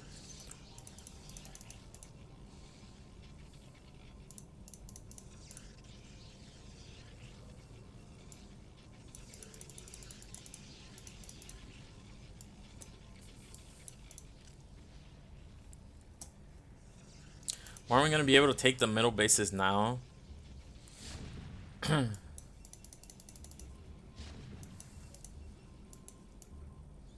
man, CRBT needs more probes. He's still only on 39 across 4 bases. 5 with this Nexus that he can't mine from any longer.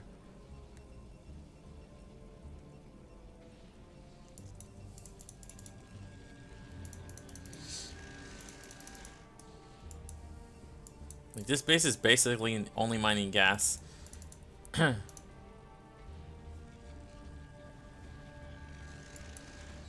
first carry is out. Dragoons do alright against interceptors. They only do half damage, but interceptors are very low health.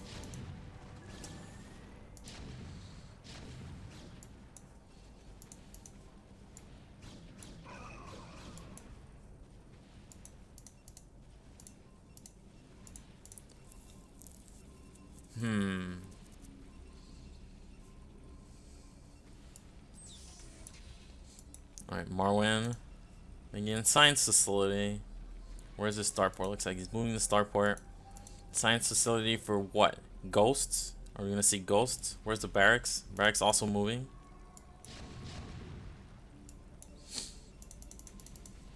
Alright, now Ghost will lock down the carriers, so this is actually very important, because even though Marwyn's gonna have basically only the Ghosts, they are excellent support units, and in carry versus carry fights, I think that's enough to make the difference.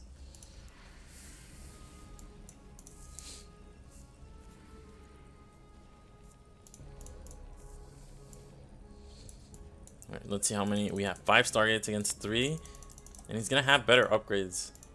This is 2-1, I'm pretty sure, for the carriers. I gotta click on one that's not building anything. So it's 1-0 carriers against 2-2 carriers already, and we're getting... Okay, we're not getting any more upgrades. CRVT really has to prioritize maintaining the upgrade advantage for as long as possible. Finally made some more probes. Let's see if they're actually mining. So, much better economy now. And we're up to 6 carriers, so now he can start being very aggressive. Of course, he has to be careful. How many is this? This is also 6. The upgrades are way worse. He has to be careful of these bases getting countered.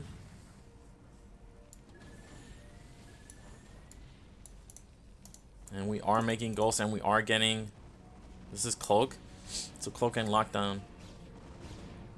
This is a ton of Dragoons that are going to help out. Of course, CRVT can't cross the map, but he should be able to target this Nexus very quickly. He's got to be careful. Incoming carriers.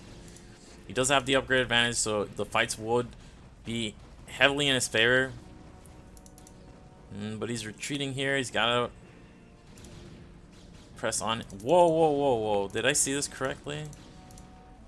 Did I see this correctly? CRVT forgot the carrier capacity upgrade. So these carriers only have 4. He's working with half the carrier count. This happens a lot. I've seen this happen a lot, and I don't know why. The carrier upgrade, he might have clicked the wrong one. He might have gotten something like scout speed instead of the extra capacity. This is huge. He's probably not going to notice this for a very long time. This has happened to me, I don't know, countless times. And I don't know why. This is actually disastrous.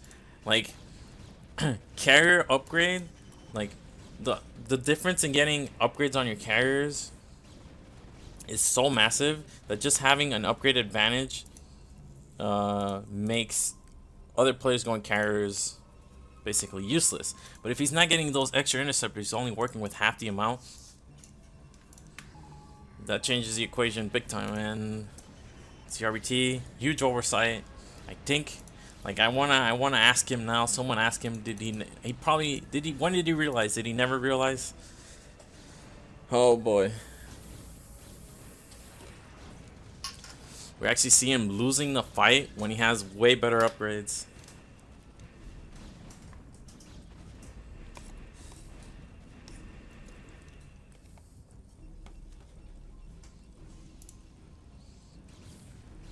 And we have Marwyn getting that Ghost Cloak range. It's never gonna get that upgrade, man. Imagine getting 3/3 carriers and never realizing you didn't have capacity.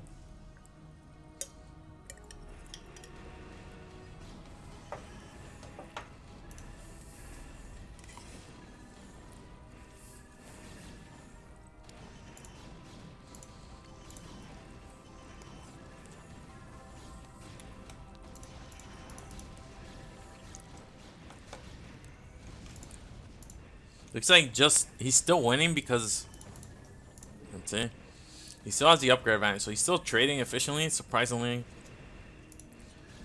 But man, imagine if he had double the carrier count, or interceptor count, I mean.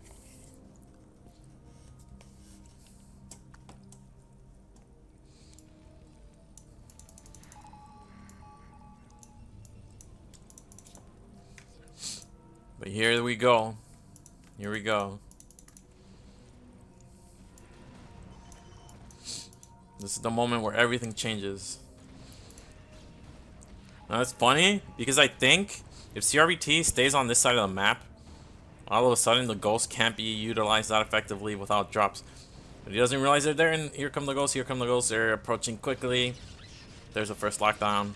Second lockdown goes down. And that carrier is going to be so easily picked off.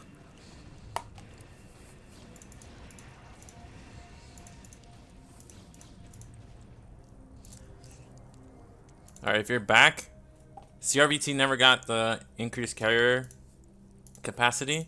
So even though he has way better upgrades, well, now it's actually pretty close. We're talking about 3-2 against 2-2.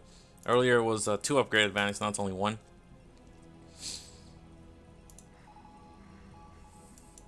This base is almost mined out. This base is still pretty healthy.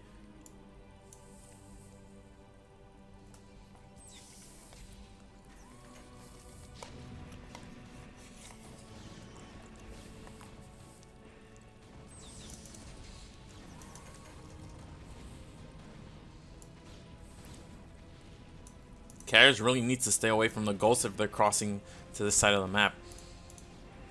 This is very scary. It's gonna be hard for him to retreat now.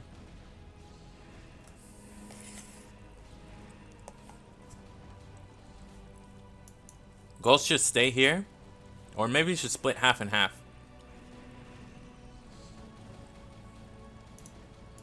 Here we go, the ghost flank incoming. Oh, there come the lockdowns. Oh my god. I mean, he should still... Who has more carriers? Looks like he still has more carriers. But again, no interceptors. He has half the interceptor count.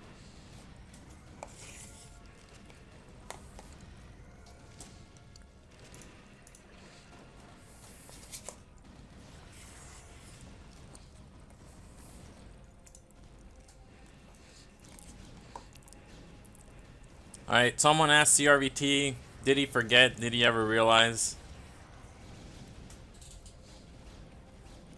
Because now the game is over. This was a very sad win, or a very sad loss.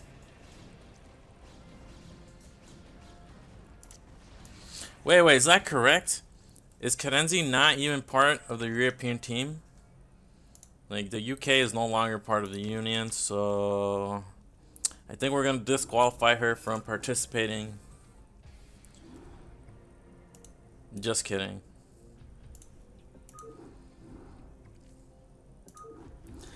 Alright, so we're gonna go into that next match, and it's 3-1 currently in favor of Sweden. In favor of Europe, I should say, over Sweden. Right there, that was match point, and Sweden manages to pull off a victory. So we're gonna go into that next match. It's gonna be Vadi against Ziki.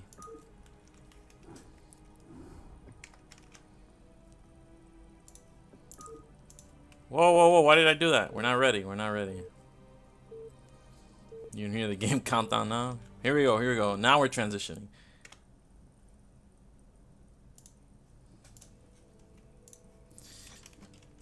Alright, we have Optimizer. We have in the bottom left Arcade Body, representing Team Sweden.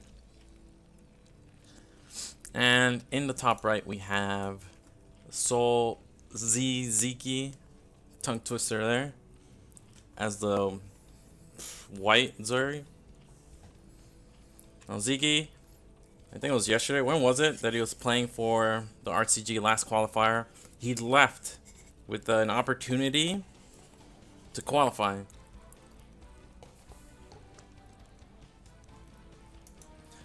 Alright, we're here for the only Terran ever. Like, this might be the only time that Father gets to see a Terran in Nation Wars. So let's tune in. We have Yord scouting vertically. Let's see what build Ziki decides to go for.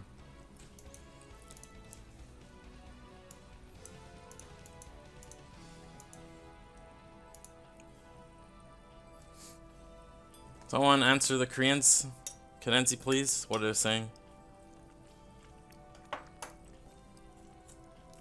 Looks like we have an overpull from Ziki.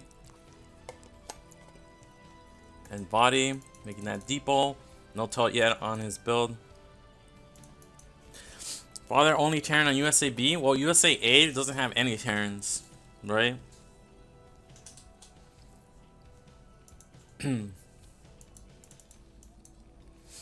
Is this gonna be a 12 barracks? No, it's 14 command center. Oh crap. This might be game.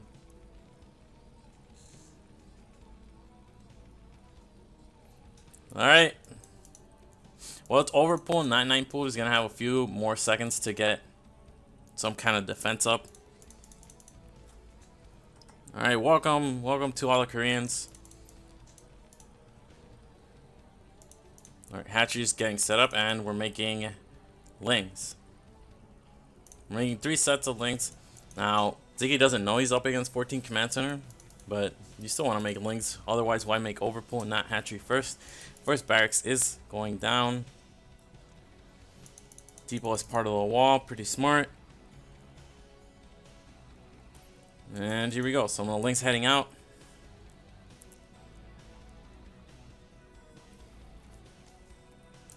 Body sees this. He's gonna have to react with. Okay, he's pulling SCVs, but this is lost mineral time. Why is he pulling so fast? He only has the 1 barracks. Usually you see the double barracks follow up to 14 Command Center. So these Marines are gonna be coming out 1 at a time. And Ziggy's already droning up. He's gonna follow this up with Lair. SCVs are pretty strong though, so this isn't instantly GG. Like if this were Pronoss, it'd be pretty hard. He's trying to get us around on the lings, but not the best engagement. Lings effectively targeting there. He should pull back, wait for that 1 Marine, and bring some more SCVs, but he just taps out. And that's actually it. GG. That was everything for you, Father. Thanks for tuning in. Now, of course, should mention, Oya did not play. And there's still 1 match left. Storm Toss against CRVT. Do we cast this match?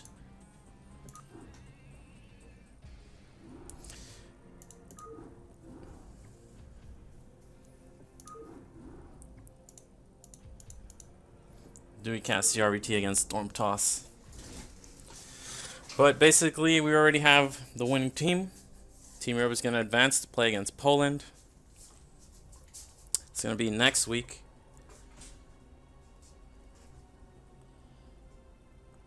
Yeah, Storm Toss actually, for a low APM Protoss, he's actually done very well. Alright, let's watch one more PvP. It's going to be the final match.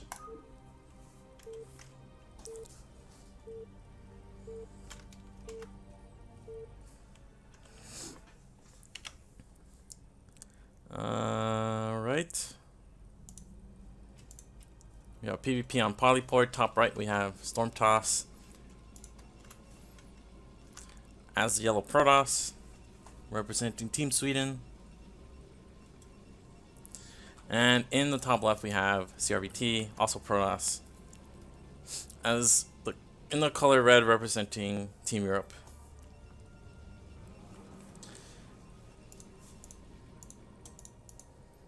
Alright. Both players mining. Very standard player is CRVT, and Storm Toss I haven't seen in PvP, but he just plays builds that are comfortable for him to play. He has low APM, but that as Protoss it doesn't mean as much.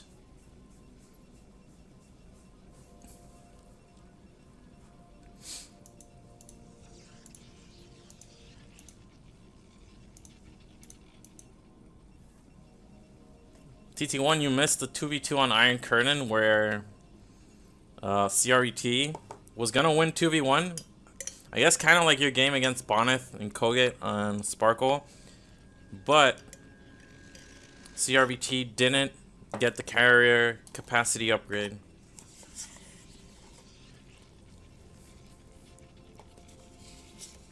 Ah, you saw it, okay. Very tragic loss. Gateway Scout from Storm Toss, no Gateway Scout from CRVT.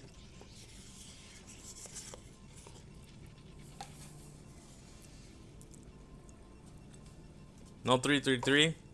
That's true, but just getting the extra, which actually makes me think that if Koget had done anything other than what he did in that game, he would have been able to help out because he stayed on like 1-1 bio against carriers. Not the best play. Could have definitely, or should have definitely gone for Lockdown and Gulser. I guess Lockdown and Gulse is way worse on Sparkle though. I don't know.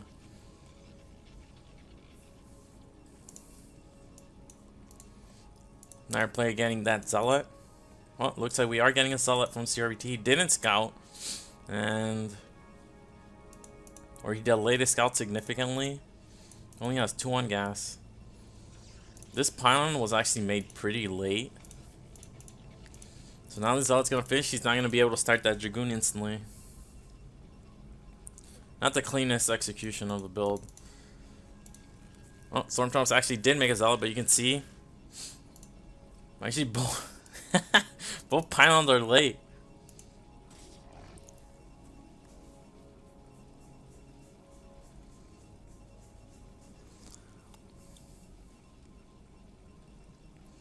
Stormtoss is actually pretty good. I don't just say that because he beat me week 1. Who else did he beat? He beat Blocker U. I think he beat some Terran, some strong Terran. But I think for low APM Protoss, they always seem to do best in PvZ. I wonder why that is.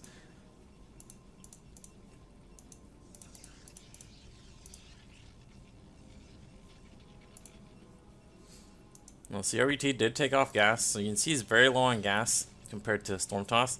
He's going to delay his Robo if that's what he chooses to go for. He might go for Nexus right away.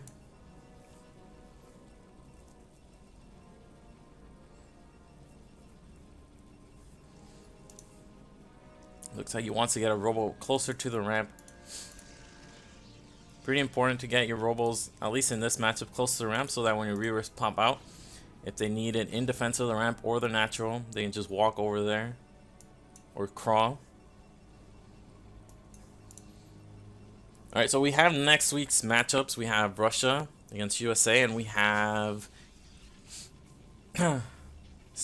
Europe against Poland. Poland hasn't lost at all. The closest they've gotten to losing was 2 ace matches, once against Europe and once against USA. Other than that, they've been pretty comfortably winning every single week.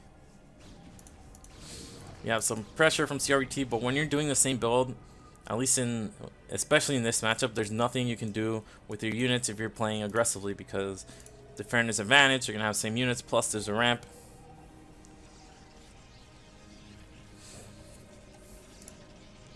Do you guys think if Europe, like if all the best players of Europe actually made a team, like who's missing from Team Europe? What top foreigner is missing on that team? Is there anyone?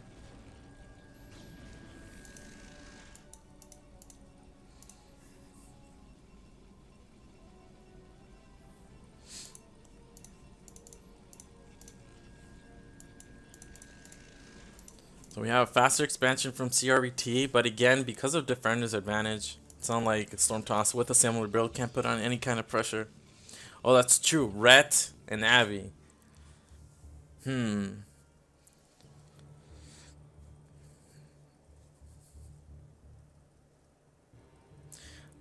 Like, the question is, if every top foreigner from Europe that's not on a team played for Team Europe, would Team Europe be too strong to continue as just one team? Because I was thinking there were a lot of players already on the team. No one would be missing. Because, for example, this team, they added Ziki and the Sockway.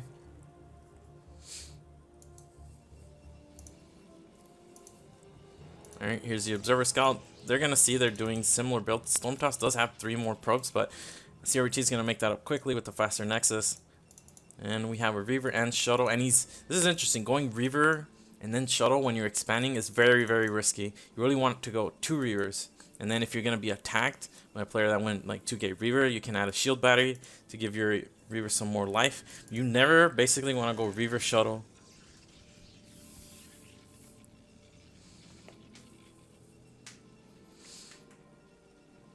They should require every team to field 1 girl. I'm not entirely against that, but looks like CRT is going to put on some pressure, and this doesn't make sense at all. But it does explain why he went for a Shuttle after the first Reaver. If he can keep Stormtoss occupied at the natural while heading into the main with his Reaver. Of course, to do that kind of play, you really want to get Shuttle speed. If you're diving into mains, the shuttle needs that shuttle speed to escape easily. But yeah, so we have, I guess I should cover the results after the stream. Or after this game. And here we go. He's actually going in for the bust. The shuttle does help the Reaver. Right? You gotta be careful. Lead with the Reaver, but not so much that the Dragoons can pick out the shuttle. And Stormtoss is retreating nicely.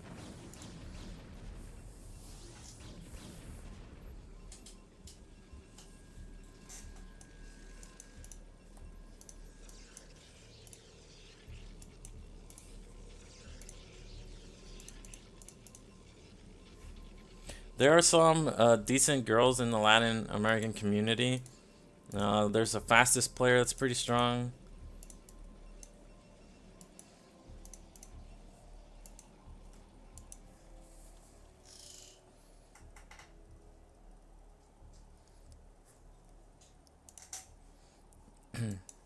Right, one important feature of Polypoid in this matchup is you can contain, and it can be very, very obnoxious for the opposing player to break out. So, for example, this high ground here, if you get Reavers on this high ground, there's basically no reason for you to ever leave this position. Nice observer spawning here. Looks like he's going to try to pick that off. Stormtoss paying attention though, so not going to lose anything there. CRT should camp this high ground as long as possible, and it's very hard for Protoss to break a high ground with Reavers. It looks like he wants to be more aggressive. He's moving forward with the Reavers. Looks like the Reaver bug there in effect. They didn't even shoot one range of that pylon.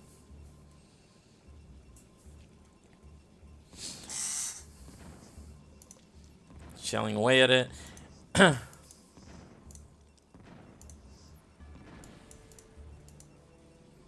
Counter harass here from Stormtoss, and CRT's not paying attention. Nice scarab there.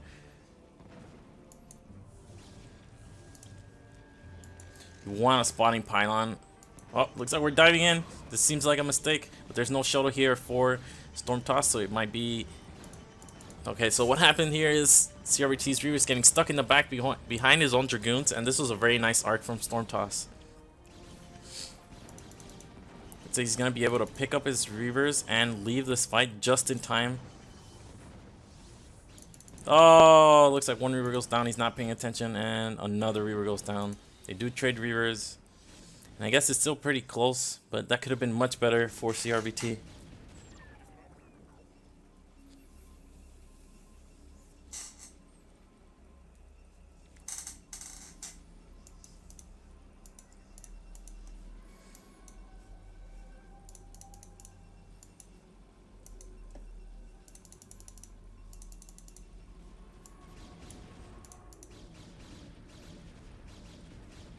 CRT again doesn't have this high ground. He managed to keep his shuttle alive, so that's one advantage he has. Looks like this shuttle has speed as well.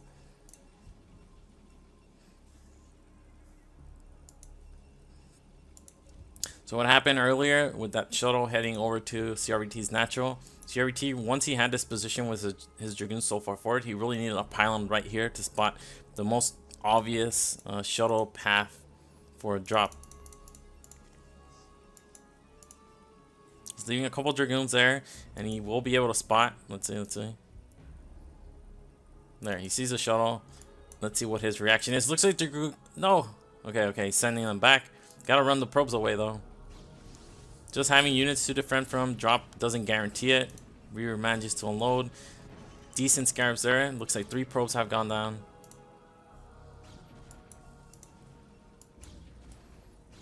Looks like the Reaver is going to be rescued as well. So very nice value from that one Reaver. Dragoon also gets picked up. And CRBT is transitioning into Citadel and Forge. He's only on the 4 gateways versus the 6 from Stormtoss. Stormtoss also has Storm ready. And Storm Drop is going to be basically like Reaver, but much more quick hitting and way harder to defend.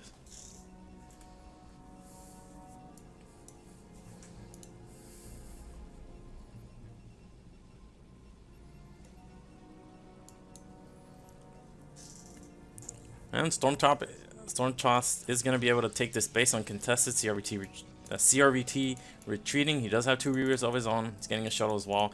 And now he's going to add these gateways, these extra gateways. But he's taking a lot of probe damage. And you can see he's still making probes. Stormtoss has stopped making probes a very long time ago. And that's why we have this sizable army advantage for him. And the lack of shuttle speed is really going to show throughout the Reaver battles. Lack of opportunity for harass for CRVT. It's way harder to harass without it. Should also note that the spawning positions make it easier for Stormtoss to get some harassing at the natural. But both players are expanding. Extra gateways being added for CRVT, and he's making high Templars. Are these going to be for Storm or just for Archons? If you have enough Reavers left alive, you can utilize them as your source of splash damage. You don't have to get Storm. Archons easier to utilize. They are beefier. They make your standing army stronger. It looks like he is going to go for that. He still has the 2 Reavers alive. Looks like the shuttle taking a way roundabout path to harass. And this is smart. If you're going to go into the main, you want to avoid all detection. We see CRVT doesn't have that pylon perimeter to cover and to spot shuttles.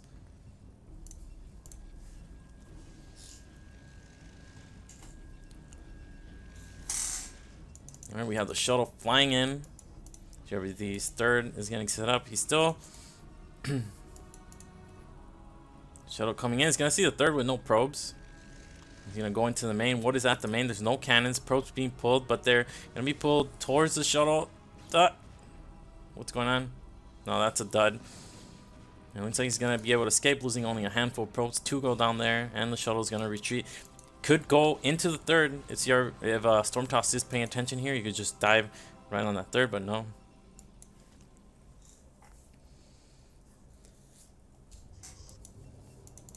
And we're up to 3, 7, 8 gateways. 8 gateways as well, or 7 from CRVT. He's getting a lot of Archons. Let's look what the ground upgrades are. 1, 0, and 0, 0. It's going to be 1, 1. Actually very close, +1 timings.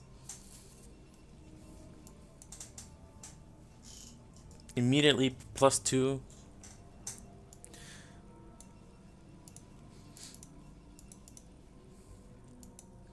And I think we're going to start seeing storm drops now that the High Templars have gathered enough energy.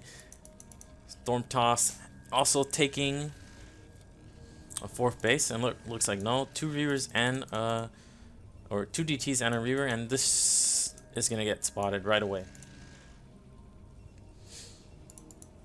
Probes don't tell a story because Stormtoss has a much stronger economy. You can tell Stormtoss already mined out his main. CRVT has some patches left. The naturals are like 700 average compared to 600. Third is also much faster for Stormtoss. So even though he has less probes right now, he's mined less overall. Probes getting pulled right away. He knows this is coming. DT's being dropped. This could be a little bit annoying if there's not an observer nearby, but looks like there's one right there. And Reaver goes into a third. 19 kills. What? CRT taking another base.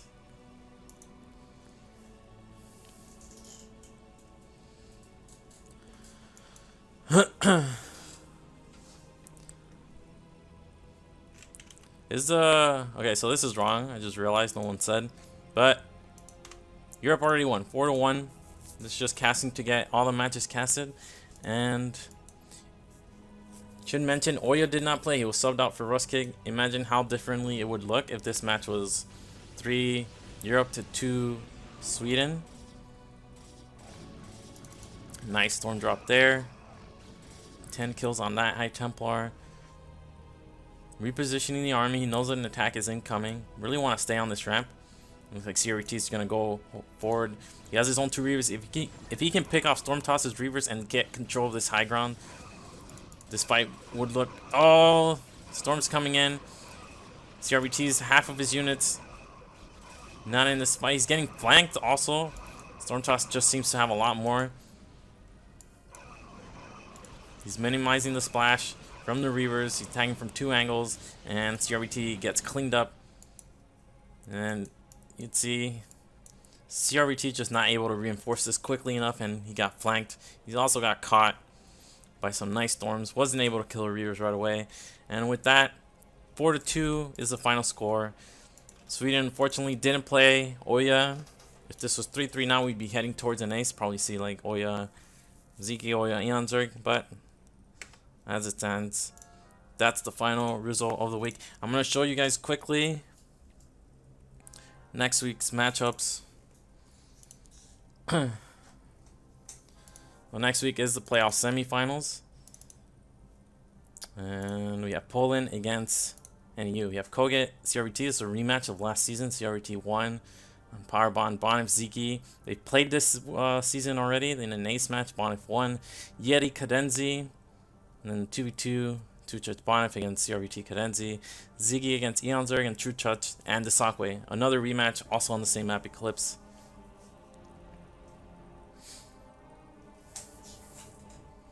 And going into the other semi-final match, we are going to have USA against Russia. Russia beating Canada. You have Tom Brown against TTF. Raz against DeWalt. Bo against Casper. 2v2 between Raz and Striker and Silver and Sting. Jaeyoon playing Protoss against Gornich Zerg. And Striker against Lancer X. So where's Father? Get excited because we have 2 Terrans here. Yes, the stream is ending. And then just one more bit of news.